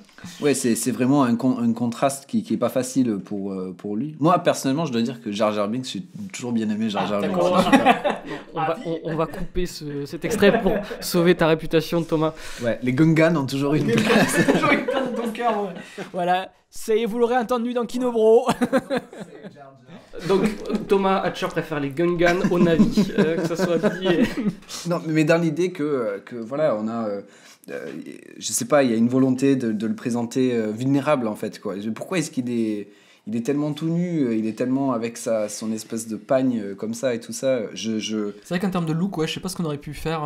À moins mais ça fait partie à moins qu'il veuille stratégie. Ou alors il veuille convoquer l'archétype de Tarzan. C'est ça. Oui, de Mowgli, quoi. Mowgli, ouais. On le voit sauter partout, tout ça. Oui, carrément. Mais alors c'est lié peut-être au casting. Est-ce que c'est le côté... Après bon, c'est censé être le fils de Quaritch, donc il doit avoir une tête de blanc, quoi. Enfin, c'est clair. Donc c'est un peu... Après, je sais pas, tu vois, c'est difficile de se prononcer sur ce personnage parce qu'il a pas de part d'ombre non plus. Non. Pour l'instant. Mais c'est pas tant souligné dans l'intrigue, tu vois. Ça aurait pu être fait pour un film qui est justement parfois assez direct dans certaines choses qu'on doit comprendre. Oui, il prend pas 30 chemins pour le... Et lui, je pense que si on avait voulu impliquer, mais peut-être que vous avez raison, que ça sera le cas, et j'espère que ça sera le cas parce que ça rendra le film plus intéressant, mais si on avait impliqué qu'il y ait une forme de jalousie ou qu'il y ait une obscurité, ou alors qu'il y ait un truc qui comprend qu'il ne fera jamais partie de cette... Parce mais ça c'est déjà le cas, je veux dire, ça, c'est pour ça que... Il abandonne en plus, rien à foutre. Mais tu vois, lui, il le prend quand même assez bien, quoi, tu vois. Genre, Thierry lui taille le torse, et la séquence suivante, il a pas l'air d'être trop choqué. Je me demande, tu vois, par rapport justement à l'écriture, est-ce que dans une série on n'aura pas une séquence justement après pour donner Thierry et pour restatuer sur ce qui vient de se passer, parce qu'on n'a pas de... C'est complètement mis hors champ, hein. Ouais, mais il y avait l'opportunité, je pense. Ben oui, mais... Ne serait-ce que tu vois, tu sais, un regard un peu... parce qu'on lui dit quand même, il fait partie de la famille, quoi. Alors, un truc que j'ai entendu, c'est toujours pareil. Là, on a vu la version cinéma. Souvent, c'est comme le Seigneur des Anneaux. Non, mais c'est vrai. Je crois que... Alors, je vais te lâcher une bombe tout à l'heure. 3h30, je crois. Il avait une version de 3h30 qu'il a montré à des réalisateurs, notamment Del Toro ou Rodriguez, là, je sais. Donc, il existe une version plus courte qu'il a... Il a raccourci pour la sortie cinéma. Voilà. Ah, il y a une version plus longue. Une version plus longue. Voilà, comme les Seigneurs des Anneaux. Mais bon, je suis pas certain que ça règle tous les problèmes narratifs, parce que je pense quand même, comme tu disais, que ça s'inscrit dans une logique sérielle, et que malgré tout, c'est dommage parce que, enfin voilà, je suis toujours un peu agacé par ce type de film où t'as envie de voir un film autonome qui se tient, même s'il peut, comment dire. Oui, là il se tient pas du tout. Voilà, qu'on puisse extrapoler, mais là il se tient pas, ouais. Enfin, il se tient pas tout seul. Tu sais que. Il y a des promesses, quoi. Là où je sais pas, tu vois, si tu compares avec justement l'Empire contre-attaque, est-ce que, moi j'ai la sensation, même si Star Wars, même la trilogie originelle, j'ai des trucs à redire. Les films sont quand même plus autonomes, j'ai l'impression. Mais alors c'est drôle parce que tu vois, j'allais te dire, l'aspect feuilletonnant dans les Star Wars me paraît plus assumé finalement. Enfin, tu sais, en fait, c'est aussi parce que y a on passe du côté avec Han Solo, puis on va avec Luke, puis on revient sur, tu vois. Alors que là, c'est vrai que comme les personnages, c'est moins limpide en fait. Oui, c'est ça. Qui est où et qui, c'est pas aussi explicite que Star Wars, quoi. En fait, Star Wars c'est vraiment beaucoup plus clair dans sa structuration des différents moments et des différentes. Alors, après, bon, évidemment, il y a peut-être une distorsion par le fait que que j'ai probablement plus aucun souvenir d'essayer d'imaginer un premier visionnage de l'Empire contre-attaque. C'est quasiment impossible, quoi. Non, Enfin, je bien veux dire, sûr. il y a pas de... Non, mais t'as de lignes narratives, t'as d'un côté. Et les personnages sont séparés aussi. Ce qui fait que les héros sont séparés, du coup, tu suis. T'as les méchants, t'as les héros. Oui, et, t'as c'est ça. et là, c'est vrai que t'as les gentils d'un côté, avec toujours leurs arcs négatifs, ils sont au même endroit, en fait. C'est Ouais, aussi. il y a une lisibilité, en fait, qui est bien plus grande, quoi. Et c'est aussi le cas dans Le Seigneur des Anneaux où il y a une séparation entre le groupe d'Aragorn et le groupe de Frodon. Et c'est en fait là où il y a j'ai presque la sensation que tu as une séparation entre Quaritch et la famille Sully avec des morceaux un peu atomisés. Non, mais c'est comme le premier film, tu vois, tu sais, là, c'est... Justement, c'est peut-être ça le... Parce que du coup, l'antagoniste. Parce que Quaritch, bon, est-ce que ça va être vraiment. Je trouve que sa place, elle est tordue quand même pour être l'antagoniste qui représente tous les humains. Il est trop entre les deux, là, j'ai l'impression. Donc, est-ce qu'il faudrait pas un troisième antagoniste qui soit vraiment sur les humains, humain, ouais, tout simplement. Moi, je trouve que, en fait, c'est là l'autre, la nouvelle. Enfin non, je pense que s'il y a un nouvel antagoniste potentiel. Ah oui, c'est Spider. Non, c'est pas Spider. Il y a Spider, mais Spider, ça sera toujours l'antagonisme. Oui, il sera parce que toujours- moi, mon idée, c'est quand même. Enfin, je sais pas, mon idée, non, c'est pas mon idée, mais Jim, si tu écoutes. Jim, il a des idées pour ça. non, mais c'est plutôt que pour que là, tel que ça se profile, en avançant, on va avoir des conflits à l'intérieur de la famille, et que quelque part, Quaritch, il est déjà de la famille de Jim Sully, quoi. Ouais. Parce que déjà, leur conflit, il dépasse celui des gentils et des méchants, quoi. Ils sont déjà dans une sorte de guerre intestine ancienne, familiale, quoi, en fait. À la base, dans le premier, c'était vraiment une figure paternelle. Exactement. Donc, Voilà. il reste sur cette famille restreinte, mais par contre, un peu à la manière de ce qu'on va voir, de ce qu'on voit par exemple sur une série comme Game of Thrones, où on a une guerre historique intestine des familles qui s'affrontent, mais qui finalement vont être confrontées à quoi ? À une menace beaucoup plus grande, qui est celle de Winter qui vient, et la menace venue au-delà du mur. A priori, s'il faut tenir 4 films et que chaque film fait 3 heures et quelques, on se profilerait plutôt vers quelque chose de ce style, c'est-à-dire qu'il va y avoir notre lutte interne, mais il y aura aussi la grande lutte. C'est là où c'est différent avec Star Wars, parce qu'il n'y a pas de grande lutte dans Star Wars. La grande lutte, c'est la lutte de la famille. Eh oui, c'est là l'articulation. Ouais. Tout l'avenir de la galaxie, elle tient dans les relations avec papa et papy Palpatine, quoi. Et là, on n'a pas ça, et on peut imaginer que ce qui va se passer avec Avatar, c'est que quand même, comme en plus on a cette thématisation plus contemporaine, où il y a aussi, encore une fois, comme on disait tout à l'heure, cette idée que on est quand même dans un zeitgeist, on est dans un contexte culturel qui est différent des années 70, et où on est face, encore une fois... Ça vient recomposer, tu veux dire ou... Non, c'est plus à cette idée que nous, les humains, on a besoin de faire la paix entre nous, mais Oui, aussi on a besoin de penser à des relations entre nous et les plantes, nous et c'est ça, parce que la menace, elle est beaucoup plus vaste que juste entre les humains. Et à mon avis, et c'est là aussi une piste qui a été teasée dans le film, et qui, moi, pareil, a piqué ma curiosité au moment où ils sont passés dessus, mais ensuite elle a été balayée très vite. C'est cette fameuse histoire de sérum qui donne l'immortalité, qui est la raison, la spice, quoi, en fait. La spice, c'est l'épice. C'est l'épice de Pandora, qui du coup est devenue... on apprend que c'est la raison pour laquelle... Donc l'épice, c'est dans Dune, hein, c'est l'objet de tous les convoitises dans le roman de Dune. C'est l'objet de tous les convoitises de chez Herbert, mais c'est surtout la colonne vertébrale économique du pourquoi, du comment de l'histoire. De Dune, ouais. Parce qu'ils en ont besoin pour se déplacer à travers l'espace. Là, les humains ont besoin du sérum des Tolkien pour pas mourir sur leur planète qui décède. On ne comprend pas exactement ce qu'elle fait. On sait pas exactement, mais c'est vrai que ça aussi on en discutait pour te rejoindre là, Thomas, vis-à-vis de ça. Moi j'ai trouvé que ça manquait d'un contre-champ sur les humains, en fait, quoi... mais c'est parce qu'ils arrivent, tu vois, laisse-les arriver. Mais ils sont déjà depuis le premier, tu vois. Le premier, ils étaient pas avec le syndrome d'immortalité, essayer de récupérer un minerai. Le unobtainium, j'ai vu qu'il s'appelait comme ça. Donc Je sais plus comment il s'appelle. Ouais. Non, mais genre ils ont pris le mot pas Tranium, non, c'est pas genre tu peux pas l'obtenir, ils ont mis yum derrière. D'accord. Le unobtainium. Mais tu vois, et c'est un truc aussi par rapport à tout ce qu'on disait sur notre impact sur la biosphère et tout ça. C'est un truc que je trouve dommage. Je pense que le récit serait plus efficace en fait si ouais. on avait à quoi ça sert en fait, et aussi qu'on était renvoyé à notre place de spectateur. Ben oui, en fait, les minerais ils Vous servent êtes les méchants. oui, voilà, tu vois. Vous êtes du côté des jeux. Vous êtes du côté Votre mode de vie des condamne, exploiteurs, quoi, voilà, et condamne ça en fait. Et Moi, c'est le contre-champ, clairement. Ouais. et à quoi servent parce que c'est bien beau le truc d'immortalité, mais qu'est-ce que ça a comme impact au niveau de l'économie sur Terre, et même le minerai qu'ils essaient de récupérer dans le premier, à quoi ça sert, quoi, tu vois? Est-ce que ça sert à fabriquer les vaisseaux? Est-ce que ça sert à extraire plus de matière? Je sais pas, tu vois.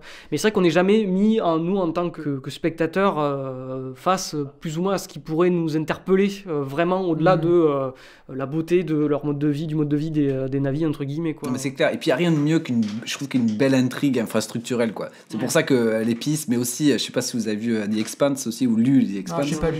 Où pareil, il y a une histoire de... Alors c'est pas exactement pareil, mais il y a une histoire d'un matériau extraterrestre qui devient aussi objet de convoitise et qui, dont au fur et à mesure qu'on découvre les propriétés, en fait on réalise qu'il devient de plus en plus essentiel et qui va être un élément hyper important qui a des répercussions sur les sociétés en fait qui sont engendrées là-dedans. Et oui, je suis d'accord avec toi. Mais ça, je me dis que c'est pour ça que je parlais d'un film inaugural, parce que finalement, ce truc qui sert à lancer la suite, et que clairement, la Terre, elle arrivera pour cette raison-là, quoi. Et c'est comme ça qu'elle sera inclue. Tu l'as peut-être lu, en fait, du coup, ou pas, mais il avait dit, je crois que les navis, ils vont aller sur Terre, ou un truc comme ça. Il y a un moment où on va aller sur Terre. Donc voilà, donc dans les suites, effectivement, ça va dans ton sens, quoi. Mais c'est vrai que j'aurais aimé, moi aussi, l'avoir plus tôt, ce rapport-là. Pour que ça aide aussi à autonomiser le film par rapport à son thème, quoi. Oui, c'est ça, oui, bien sûr. Parce que c'est le problème de faire ces extrapolations-là, c'est qu'il y a quand même... à partir du moment où j'ai réalisé que la thématique principale, c'était ces enjeux autour de la parentalité, enfin, de la famille et de la parenté, j'ai un peu accepté le truc, et j'ai un peu... mis en sourdine tous mes regrets, que tous ces trucs qui apparaissaient, qui avaient l'air vachement plus intéressants. Je sais pas si on va pas parler de Kiri, mais pareil, quoi. En fait, il y a toute une espèce de promesse comme ça, de quelque chose de hyper intéressant, mais tu dis que non, en fait, ça sera pour un film suivant. Ouais, parce que Kiri, oui, elle était donc elle est née de sans père, et elle est liée au réseau neuronal de la planète, quoi, un truc comme ça, quoi. Elle arrive à communiquer du coup avec les plantes et les animaux, quoi, dans le... Ouais, et puis elle incarne une sorte de figure hyper intéressante aussi, parce que c'est une vraie hybride. Moi, j'ai pas trop compris d'ailleurs justement, elle, sa parenté à elle est assez mystérieuse, donc on sait pas qui c'est son père, mais en plus elle exprime elle a des caractéristiques qui sont à la fois des caractéristiques Na'vi, mais aussi des caractéristiques humaines. Ouais. C'est mis en avant tout au long du truc que elle est très différente, et que les autres Na'vi remarquent qu'elle est différente, ils la traitent de freak, ils disent qu'ils la mettent à part et tout ça. Bon, perso, je voyais pas trop la différence, je vois bien que son visage est un peu différent. Je crois qu'elle a 5 doigts, c'est ça, non? Après Locke aussi, mais... Na'vi, 4 doigts. Ils ont 4 doigts, je crois, et eux, comme c'est des hybrides... D'humains, ils en ont 5. Ils en ont 5, quoi. Mais même le visage, je veux dire, elle a pas le faciès comme les autres, elle a vraiment un visage... très, très différent, et puis elle a l'air et puis aussi le truc assez marquant, donc c'est une fille adolescente qui fait des crises d'épilepsie. Là où il y a un sorte de potentiel et c'est Cronenberg, ça va faire de la c'est quoi, de la télékinésie, mais tu vois, elle a elle a un taux de midi-chlorien assez élevé. Elle a un taux de midi-chlorien qui... Non, mais c'est vrai que, ouais, bon, après, voilà, peut-être que je vais aussi vite en besogne. Moi, il y a beaucoup de choses donc j'apprécie dans le film, mais c'est vrai qu'un des trucs qui est, je trouve, le plus dommageable, c'est, encore une fois, et c'est le cas pour beaucoup de ces films de franchise, même si je pense qu'il se tient quand même plus que d'autres films Marvel, l'idée de promesse, quoi. C'est-à-dire qu'on a beaucoup de choses où, dans un cadre de film normal, cette histoire d'immortalité, ça aurait été exploité, et ça aurait été une thématique centrale de ce film-là, en fait. Et là, c'est des petits implants, en fait. Sûrement que quand tu auras le tableau complet, feront extrêmement sens. Mais là, te laisse un petit peu sur ta faim, parce que ça te renvoie toujours à ce qui doit arriver après. Et alors justement, je sais qu'on en a parlé hors podcast, mais le Seigneur des Anneaux, quand on les a vus, on les a découverts, est-ce qu'il y avait cette sensation-là quand tu te... T'avais lu les livres, donc tu peux me moi, dire. j'avais pas lu les livres. T'as ça, mais je pense qu'aussi c'est un univers qui est au final plus simple, le Seigneur des Anneaux. C'est-à-dire que l'anneau, tu comprends très vite que c'est Sauron, tu vois. Ouais. Et il y a rien qui dépasse au-delà de ce. Tu vas pas essayer de. C'est pas les origines de Sauron qu'on va explorer dans la suite, quoi. C'est-à-dire que t'as pas tant que ça d'implants qui ouvrent l'univers vers d'autres pistes. C'est vrai que la promesse, c'est comme si en fait c'était sur les trilogies Seigneur des Anneaux, t'as vraiment une structure en 3 actes et t'as l'exposition, complication, résolution quoi. Dans le truc, c'est quoi. ça. Alors que c'est vrai que là en fait, comme en plus c'est bizarre parce qu'il y a 4 épisodes et du coup là, ouais, ce serait. Et toi, du coup, on disait, tu le prenais comme le premier, mais je pense que t'as un peu raison. Hein. C'est vrai que le premier Avatar, le tout premier, c'est un peu l'épisode 0 je trouve. Et là, t'as exposition vraiment début du problème. Quoi. Ça sent vachement l'exposition. Ouais. Et après, voilà, qu'est-ce qui se passe comme tu dis, les pistes elles sont là, mais c'est pas clair, tu vois. C'est comme Star Wars, si on revient là-dessus, tu sais ce qu'il faut régler, quoi. C'est axé sur un duel. Peut-être pas. Au final, peut-être que je me trompe. Peut-être que c'est pas tant annoncé dans le premier, mais un duel entre Luke et Dark Vador. Et tu sais que ça sera ça, j'ai l'impression. Et du coup, Quaritch est un peu censé être le Dark Vador, mais je suis pas. Non, parce que je pense que la grosse différence pour moi entre ces différentes sagas, notamment, disons, entre la saga Avatar et que ça soit Star Wars ou que ça soit Seigneur des Anneaux, c'est que, et c'est vis-à-vis justement par rapport à ce truc, Nico, de promesses, quoi, d'implants, c'est que y a pas, ils vivent dans des mondes qui sont extérieurs aux nôtres, quoi. Il y a la Terre du Milieu, elle a pas de connexion, elle a pas une porte.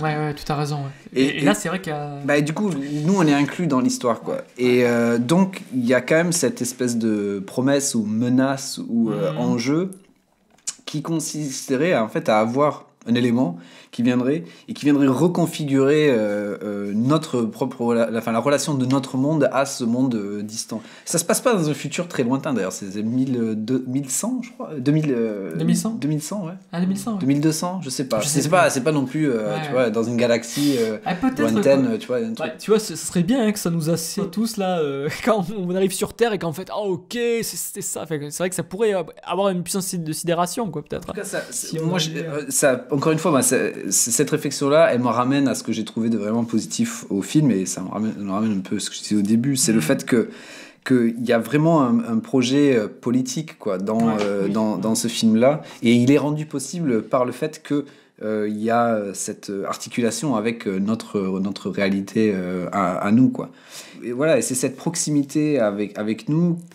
Et le fait qu'on est là à regarder sur un écran des visages qui sont à la fois aussi inhumains qu'ils sont humains, et qu'on nous présente des personnes avec qui on doit rentrer en empathie, qui sont des archétypes notables, mais qui sont aussi visiblement nouveaux, quoi, en fait, quoi, des incarnations nouvelles. Il y a tout un truc très intéressant là-dedans. Par exemple, comment vous avez trouvé les visages ? Vous avez trouvé convaincants quand vous... Je dirais que moi, celui qui m'a le plus désarçonné, c'est Quaritch, en fait. La première fois que je l'ai vu, je me suis dit, c'est lui. Ouais. Ou c'est pas lui, parce que je reconnaissais pas l'acteur vraiment. Les visages, ouais. En fait, c'est juste que le physique de Quaritch est opposé un peu au côté longiligne des navires, parce que je sais pas si t'as vu l'acteur qui jouait le. Ouais, c'est celui qui voit dans le. Oui, c'est vrai, je suis con, il apparaît. Ouais. Sur les visages. Tu sais, je veux dire, dans le degré de mimétisme empathique, dans le fait que quand on voit un visage humain, quand on converse avec quelqu'un, et quand on voit quelqu'un sur l'écran, on a un effet de proximité, oui. Tu sais, un reflet, quoi, en fait. Moi, j'ai pas eu de problème avec les visages, mais toi t'en as eu des problèmes? Non, je posais la question. Non, justement, je trouve que ça c'est plutôt une réussite. C'est la fameuse vallée de l'étrange, quoi, aussi. Oui, c'est ça. Voilà, avec... Du coup, Gollum, dans le Seigneur des Anneaux, c'était un des premiers personnages comme ça aussi, avec le motion capture. Mais oui, là, c'est vraiment... La motion capture permet, en fait, d'arriver à cette empathie, justement, que tu dis. On n'est pas dans... Justement, les films de Zemeckis qu'on citait tout à l'heure étaient beaucoup plus étranges. Si tu as l'occasion d'en regarder, Beowulf ou quoi, les acteurs... le regard est vide, quoi. Il n'y a pas d'âme. C'est vraiment... Voilà. Non, mais justement, moi, j'ai trouvé... Ce qui avait de très étrange, c'était que différents personnages avaient des degrés différents d'étrangeté, en fait. Enfin, je sais pas, j'avais l'impression que ça jouait avec ça. Kiri, par exemple, j'ai trouvé que c'était vraiment très très très étrange, parce qu'elle a vraiment la moitié un visage humain, à moitié un visage sorte de navi félin, comme ça. Mais c'est elle qui m'a paru, étant donné qu'elle est la plus proche d'un humain, c'est elle qui m'a paru avec lequel j'avais le plus de distance. Ouais, c'est vrai. Alors que Neytiri, la mère. ouais, la mère, est, je trouve, hyper bien, hyper plus réussie. Oui. Et justement, cette espèce de Parce que rapport. tu projettes, tu cherches les traits humains en fait.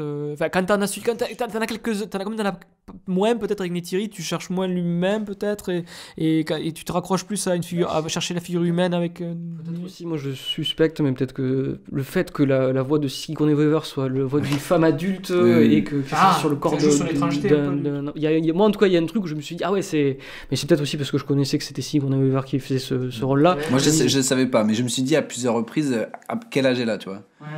Mais en même temps, j'ai pas trouvé. Pareil aussi, Twitter a pas beaucoup apprécié cet aspect-là. Non, mais le fait que justement qu'on utilise, enfin qu'on mette la voix de Sigourney Weaver sur le personnage adolescente. Moi, je sais pas, ça a pu se conforter dans la caractérisation, quoi. Fait que, il est étrange, et puis surtout, on la présente comme étant plus wise, plus sage que son âge, quoi. Pour revenir à ce que tu disais tout à l'heure sur ces implants et sur là où ça doit nous mener, on a quand même un film qui se présente comme une sorte de fable, quoi, en fait, quoi. Enfin, en tout cas, là, dans ce film, ça va pas jusqu'au bout de la fable, ça présente les personnages, et j'ai l'impression que ça va quand même être quelque chose avec compte tenu du sujet, je vois mal comment Jimmy Cameron, il pourrait ne pas, en fait, nous tenter de nous amener vers... justement cette reconsidération de notre propre situation avec ce qu'on évoquait tout à l'heure sur le fait que ça ressemble à une fable, ça ressemble à quelque chose qui tente de reformuler des enjeux bien réels, quoi, en fait. Et que le fait de le faire à travers des personnages qui soient pas humains, c'est un indice, c'est un encouragement de justement aller vers d'investir émotionnellement cette idée d'interdépendance interespèce et de l'accepter de l'altérité aussi. Ouais, c'est ça, de la parenté avec l'altérité et de faire parenté avec l'altérité. Et de se reconnaître, et de créer de l'empathie, du lien avec de l'altérité ou de d'autres espèces. Ouais. Alors justement, pour aller dans ton sens sur le côté antispéciste peut-être, il y a un truc que j'ai trouvé peut-être un peu dommage, moi, c'est la question des sous-titres avec le Tulkun, c'est ça. Parce que justement, l'enjeu empathique avec l'autre espèce, je trouve que c'était facile en fait, qu'ils arrivent à discuter avec eux et tout ça. Alors qu'il y a un vrai enjeu, ce cinéma. Bon, on sait les films tournés, par exemple, à Wasa Balthazar de Bresson, ou même il y a eu EO là, récemment de Skilimovsky. Tu vois, sur le lien entre l'animal et l'espèce, tu filmes un âne, à Wasa Balthazar, t'as le mystère en fait de ce que l'âne ressent, ou ce que toi tu vas projeter comme un truc d'effet Kuleshov avec ce que l'âne voit ou quoi. Et du coup, voilà, c'est vrai que cette facilité des sous-titres, je sais pas ce que vous en avez pensé, mais moi ça m'a un petit peu. Je trouvais ça dommage. Je trouve qu'il évitait un peu le sujet. Mais après, il est dans la fable et il est dans le truc. Vous regardez ce que ça pourrait donner, un lien avec les espèces où on arriverait à communiquer ou quoi. Mais. Puis il n'y a pas d'apprentissage, il me semble. Il n'y a pas d'apprentissage. Ça aurait été intéressant d'avoir un apprentissage, tu vois, d'arriver à écouter. C'est peut-être vaguement, un petit peu avec le Tulkun, peut-être, je sais plus. Mais c'est très rapide. Mais ça aurait été vraiment un enjeu de cinéma, je pense, de filmer comment tu crées du lien. Tu fais un montage sur surtout comment tu communiques. L'apprentissage de comment exister dans ce milieu-là, le milieu de l'eau. Oui, mais c'est vrai que maintenant que je me le dis, on comprend pas très bien comment il arrive à communiquer en fait. Il parle avec des... Ah oui, c'est la langue des signes, c'est ça. Langue des signes. Mais comment du coup la baleine lui répond en fait. Oui, parce que et puis le Tulkun il comprend direct. Ouais. Ah non, du coup le Tulkun, comme il est de la famille des Navis, lui il sait le faire. Il sait le faire, mais comment il répond parce qu'il lui fait pas des langages. C'est ça, il y a pas de. Il y a un évitement. Télépathie quoi. Il parle.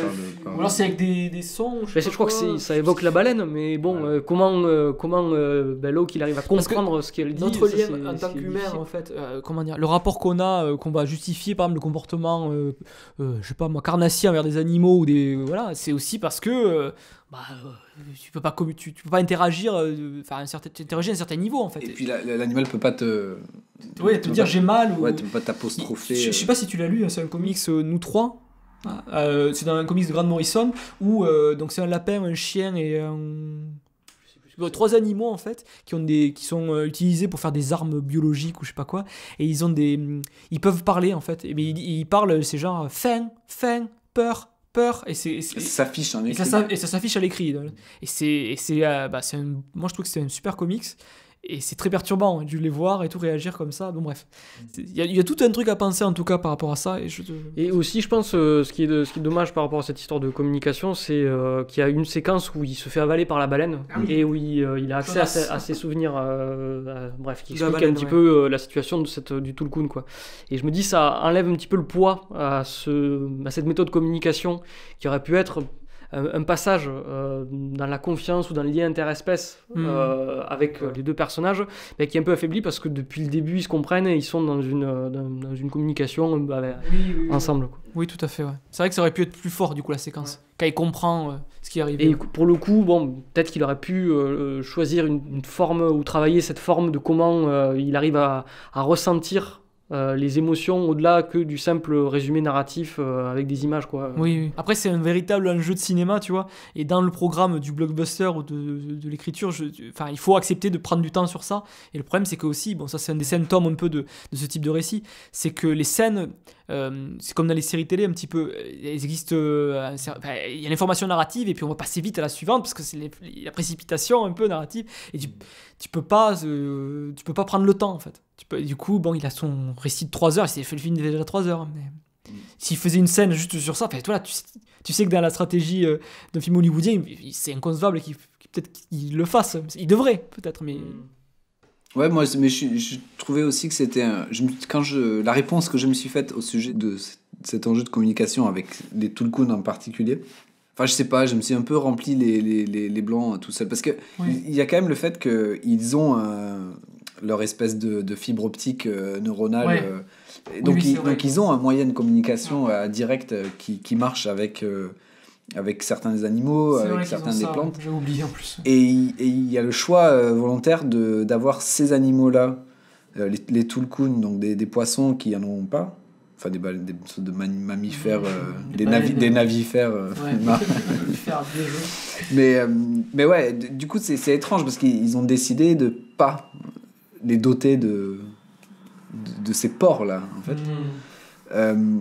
Donc, moi, ce que je me suis dit, c'était parce qu'il y avait une volonté de dire que les Tulkun étaient plus vieux, en fait. Et que, je sais pas, s'il y avait une espèce c'était des ancêtres, quoi. On dit ça, à un moment donné, j'imagine qu'ils sont super vieux, tout ça.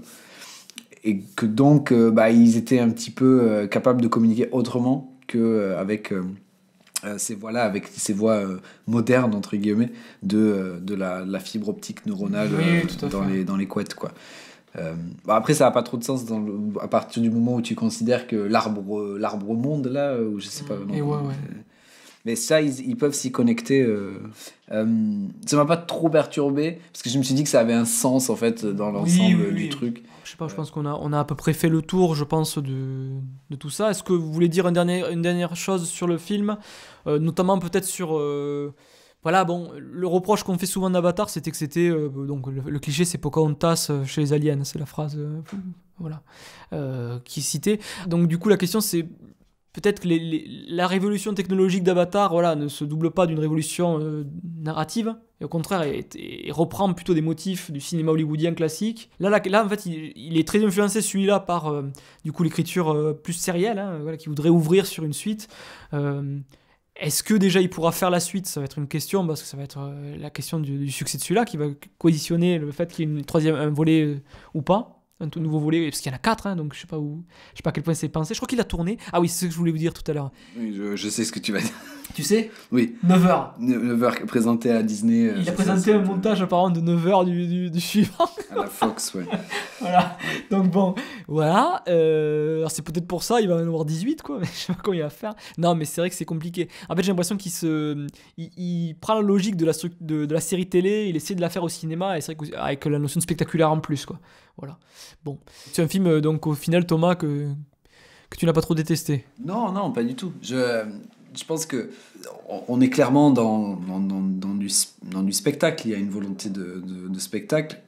C'est difficile parce que on se dit forcément on attend de voir la suite, quoi. Donc Mais non, c'est un film que j'ai apprécié. C'est un film, il faut quand même dire que c'est très long. Enfin, ça, c'est quand même. Je suis allé voir ça le mercredi matin, quand c'est sorti. Je suis pas allé à la première séance, mais je suis allé à 10h, donc c'était quasiment la première. Tu passes entre la pub avant le film et tout ça, je suis sorti de là, il était 14h. En tant que personne qui a une fois, enfin, tu sais, il était une fois dans ma vie passé beaucoup de temps à voir beaucoup de films, plusieurs films par jour, d'avoir vraiment eu des moments de boulimie de cinéma. Quand il y a des films de 3h30 à voir, qu'on va voir au cinéma, c'est compliqué, quoi. C'est quand même un sacré bout de ta journée que tu passes. Alors peut-être je devrais aller le voir le soir comme tout le monde, quoi. Mais ouais, de le voir en plein après-midi, ça reste un film long dans lequel je me suis pas ennuyé. J'ai trouvé ça chouette, mais c'est plus socialement, je trouve ça c'est un gros bloc, quoi. Mais c'est intéressant que tu poses la question de la durée, parce que c'est vrai que tu vois, par exemple, Laurence d'Arabie, tu vois, c'est pareil, c'est 3 heures. Parce que je sais pas, j'ai des films de David Lean en tête, mais ouais, il y a cette espèce d'idée pour le blockbuster ou de film grand spectacle, il faut que ça se dure un petit peu, parce qu'avant il n'y avait pas les séries télé non plus qui avaient cette densité narrative là. Et du coup bon, ça y est encore là, ça y est, ça essaie de le reprendre un peu cette durée, parce que même les films globalement aussi on a vu sont de plus en plus longs. À Cannes aussi il y avait tout un truc autour du fait que toute la sélection, les films duraient tous 2 heures et tout, que ça durait. Après on a un mode de consommation avec les séries télé aussi qui donne peut-être plus de liberté dans la gestion de l'emploi du temps, parce que donc les séries télé, il y a des formats en fonction que c'est une comédie ou quoi, 25 minutes ou 50 minutes, quoi, en gros, c'est entre les deux. Et tu peux arriver à gérer, tu regardes un épisode et demi, ou en fonction de ce que tu regardes. Là, c'est vrai que le film de 3 heures, dans l'emploi du temps moderne, c'est un gros truc, quoi. Même si je me suis pas dit... Parce que des fois, je vois des films de 3 heures plus et je me dis, je vois juste ce que j'aurais aimé qu'ils enlèvent pour qu'on tombe sur un 2 heures. Je pense à Dune, par exemple. Le Dune, il y avait des choses à enlever. Je veux dire, ça aurait pu être un film pas beaucoup plus court. Ou le Batman, quoi. Le Batman aurait pu... Batman encore plus que Dune, quoi. Il y aurait vraiment eu des morceaux à enlever. On aurait été sur un film super qui aurait fait peut-être une demi-heure de moins. Là, j'ai pas trop eu cette sensation-là. J'ai trouvé ça plutôt bien rempli parce que, encore une fois... Jim Cameron, il sait ce qu'il fait, quoi. C'est c'est entertainer, quoi. Ouais, c'est ça, exactement. Il y a vraiment une part d'entertainment. Et puis, c'est vrai que malgré peut-être leur manque d'inventivité que moi j'ai pu ressentir, les scènes d'action, et notamment l'espèce de scène finale infinie qui semble durer très longtemps parce qu'il y a leur nuit qui tombe. La nuit qui tombe, tout à fait. Et du coup, il y a toute une partie de la journée, et ensuite tout le monde est mort, et ils sont plus que... Et il y a toute la finale la nuit. Mais c'est drôle parce que c'est un des seuls moments où j'ai senti un peu mon esprit partir, où à partir du moment où il y a eu la nuit, où je me suis rappelé une époque où James Cameron faisait des fins de films un peu plus synthétiques. Je pensais à la fin de Terminator 2. Non, mais et je me disais, la fin de Terminator 2, elle est quand même vachement bien parce qu'elle est très... le showdown final dans l'usine, elle est super courte, quoi. Je veux dire, il y a pas... Elle est super courte, mais avant, il y a une course-poursuite sur l'autoroute. Ouais. Enfin, la scène d'action est longue, quand même. Mais elle se déplace jusqu'au moment où ils sont dans l'usine. Mais... Ouais, mais la confrontation finale, elle est tout en... Elle est plus resserrée. Ouais, c'est mais ça. aussi parce que les enjeux sont plus directs et plus clairs. Oui, là, c'est vrai que là, du coup... là, c'est un film... c'est un film presque choral, t'as dit. C'est pas choral. Mais... Après, je pense aussi par rapport à cette séquence-là, ce que tu viens de dire, c'est que le climax, c'est pas tant contre Quaritch que la séquence, les enfants qui sauvent leurs parents. Mais c'est vrai que ça m'a plu, le coup des enfants qui sauvent leurs parents. Moi, en tout cas, à la vision, c'est vrai que la séquence en tant que telle de fight, tu comprends assez vite qu'en fait il va pas y avoir de... Parce que moi à la lecture je me disais peut-être que Jake Sully va mourir, ce genre de truc, ou qu'il va avoir un impact. En réalité ça c'est dans le suivant, confrontation. J'annonce. C'est dans le suivant sûrement. Oui, c'est sûr. Mais je pense vraiment parce qu'au final, oui, c'est un peu, j'ai pas envie de dire c'est une séquence automatique, mais c'est une séquence qui est censée juste amener en fait au sauvetage final, en fait. Mais c'est une belle idée, le sauvetage des parents par les enfants. Bon, c'est quelque chose que moi j'ai apprécié en tout cas comme idée de séquence. Moi j'aurais bien vu Jake Sully perdre en aura un peu plus graduellement. Oui. Film, quoi. Je suis d'accord. Là il est quand même il win tout le temps. Et ensuite là tout d'un coup il win plus du tout. Alors que la baston avec Quaritch était assez... Ils se sont pas trop tapés dessus. Il n'y a pas eu une grosse blessure. Il y a juste il est fatigué. Non, c'est le truc de la... En fait, il y a toujours un motif intéressant derrière. C'est les enfants, ils arrivent à respirer longtemps sous l'eau. Pourquoi ? Parce qu'ils ont fait le vrai apprentissage et la vraie transmission culturelle et tout ça. Alors que lui, il a passé son temps à faire du motoneige. faire du ptérodactyle, là, tu vois. Ouais, il a fait du jet ski. Et il n'a pas passé le temps pour calmer sa respiration, faire de la méditation sous l'eau et tout ça, quoi. Et donc, oui, lui, il a pas fait ça. Les enfants l'ont fait.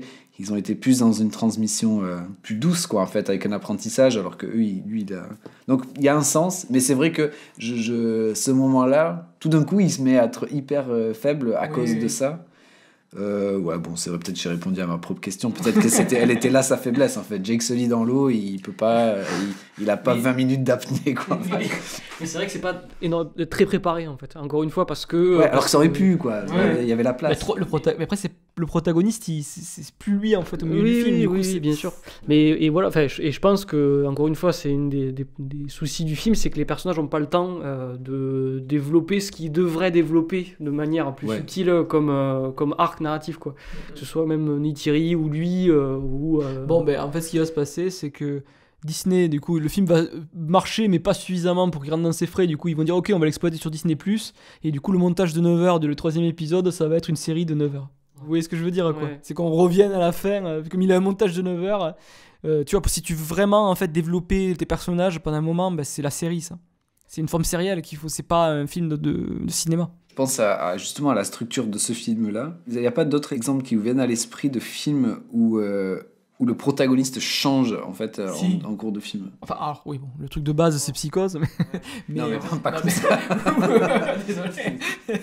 Non, mais je vois ce que tu veux dire. Mais là c'est enchâssé, en fait. C'est-à-dire qu'au début, c'est Sully, à la fin, c'est Sully. Et au milieu, t'as les parents. Et au milieu, c'est pas... Ouais, c'est t'as ça. Les enfants, c'est tous les enfants au milieu, quoi. Et là, là, ça me vient pas. Mais, parce qu'à la fin, c'est pas vraiment Sully. À la fin, c'est la famille, quoi. C'est la famille, ouais. Même si c'est Sully qui est la révélation. Si on est dans vraiment, si je fais John Truby avec l'histoire des révélations, les compagnies... Parce que c'est quand même cadré par le patriarche. Et que c'est quand même lui le truc... Parce que oui, il est là, il est l'extension de la famille. Je trouve quelque chose quand même qui est par rapport au premier, quand même intéressant. Mais moi, je me dis, il va le dégommer, c'est pas possible, ça. En fait, j'ai l'impression qu'il a créé des problèmes avec son truc de patriarcat et que dans la suite, en fait, ils vont revenir dans ce qu'ils avaient résolu dans le premier, c'est-à-dire on arrête avec le patriarche et compagnie. Mais bon, bref, on verra la suite. En plus, c'est même pas un changement de protagoniste, c'est une sorte de mise à distance. Ouais, c'est ça, mise à distance. Et hop, on passe sur le... Et après, pour les remplacer par 4, quoi, enfin 2 et 2, quoi, une sorte de truc... parce que Kiri et machin, mais même non, c'est surtout quand même Locke. Je pense que c'est lui qui a le plus de problématiques, en fait, et que Kiri, c'est un personnage plus satellitaire qui a des soucis, mais sur lequel elle a pas, son arc, elle a pas de révélation non, c'est vrai, sur ce qui lui arrive, en fait, dans l'absolu. Mais non, justement, c'est pour ça que Kiri, c'est celle qui tease le plus, parce que justement, il y a non seulement pas de révélation dans cet épisode-là, mais en plus, il y a juste un questionnement encore, il y a un gros bloc de connaissances qui est apporté avec la crise d'épilepsie sur le truc, et on passe du temps à te faire comprendre que c'est pas normal. Mais après, c'est délaissé, quoi. C'est genre, en fait, le lendemain, elle va mieux, et puis sa sœur, elle lui dit, viens, on va voir les baleines. Elle dit, non, j'ai mal à la tête, et puis après, elle dit, regarde, et puis...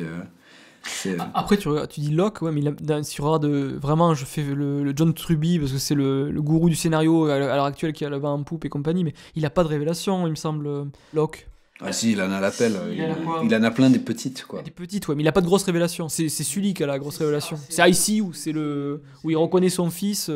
Mais du coup, lui, il est instrumental dans ça, c'est-à-dire qu'il a... Ouais, mais du coup, dans son arc, il a pas... Et puis, en fait, on voit qu'il fait des conneries entre parenthèses, on voit qu'il paye un peu sa prise de risque. Il est indéniablement vachement transformé, quand même, quoi. Et je sais pas, je trouve que c'est pas aussi clair, en fait. Mais... Quand le frère, il meurt, Quand le frère, ouais, mais...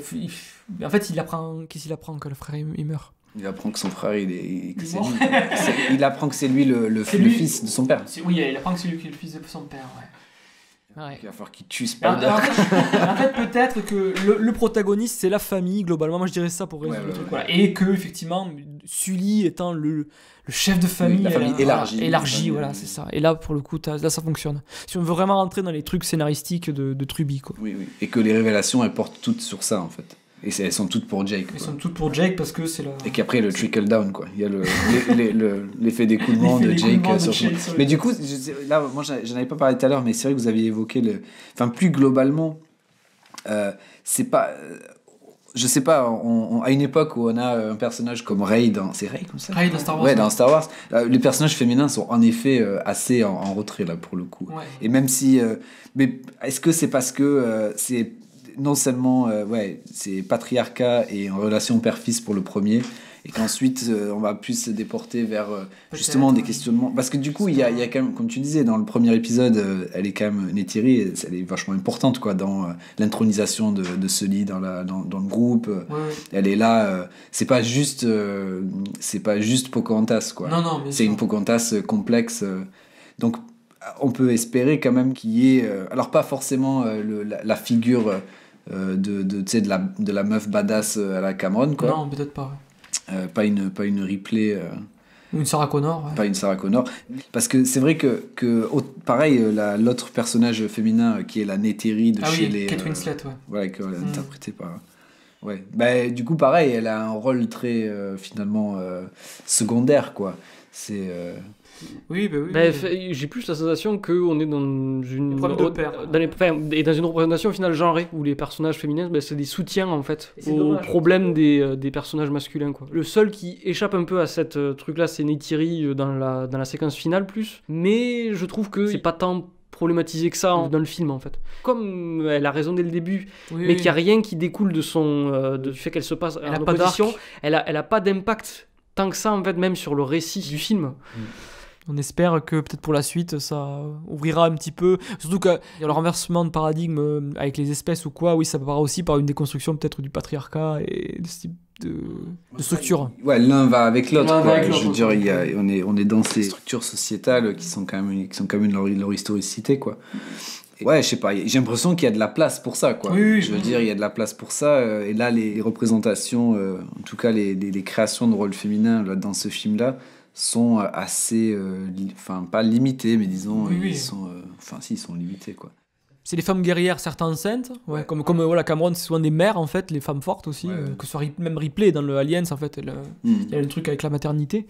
Mais bon, c'est vrai que ça pourrait être critiqué ça aussi, de réduire le. Mais qui sont quand même renvoyés à des rôles plus traditionnels quoi. Oui, voilà, c'est ça. Elles sont fortes, mais ça renvoie à des rôles plus traditionnels. J'espère que Kiri, du coup, qui a l'air d'aller vers un autre chemin, va pas forcément enfanter, je sais pas. J'espère que ça ira, que ça ouvrira des portes.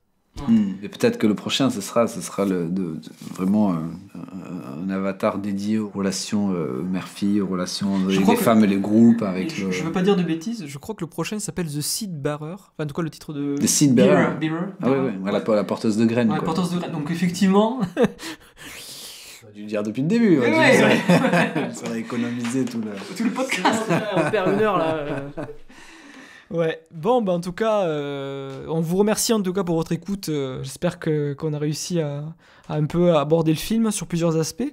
On te remercie aussi Thomas pour ta participation. On était très content de t'avoir avec nous pour discuter de tout ça. Merci pour l'accueil, merci à vous, c'était chouette. Est-ce que tu voudras revenir un jour pour d'autres films ça dépend pour quel film. Oppenheimer en IMAX. En IMAX. Alors j'étais content, le Dolby Vision, j'ai apprécié parce que l'IMAX, ça m'avait démonté les oreilles. Et là, le Dolby Vision, je trouvais ça très bien. Oui, du coup, parce que l'easter egg pour ceux qui suivent jusqu'à la fin du podcast, c'est que Seb et Nico sont allés en payer 50 € de pauvres. 40 centimes.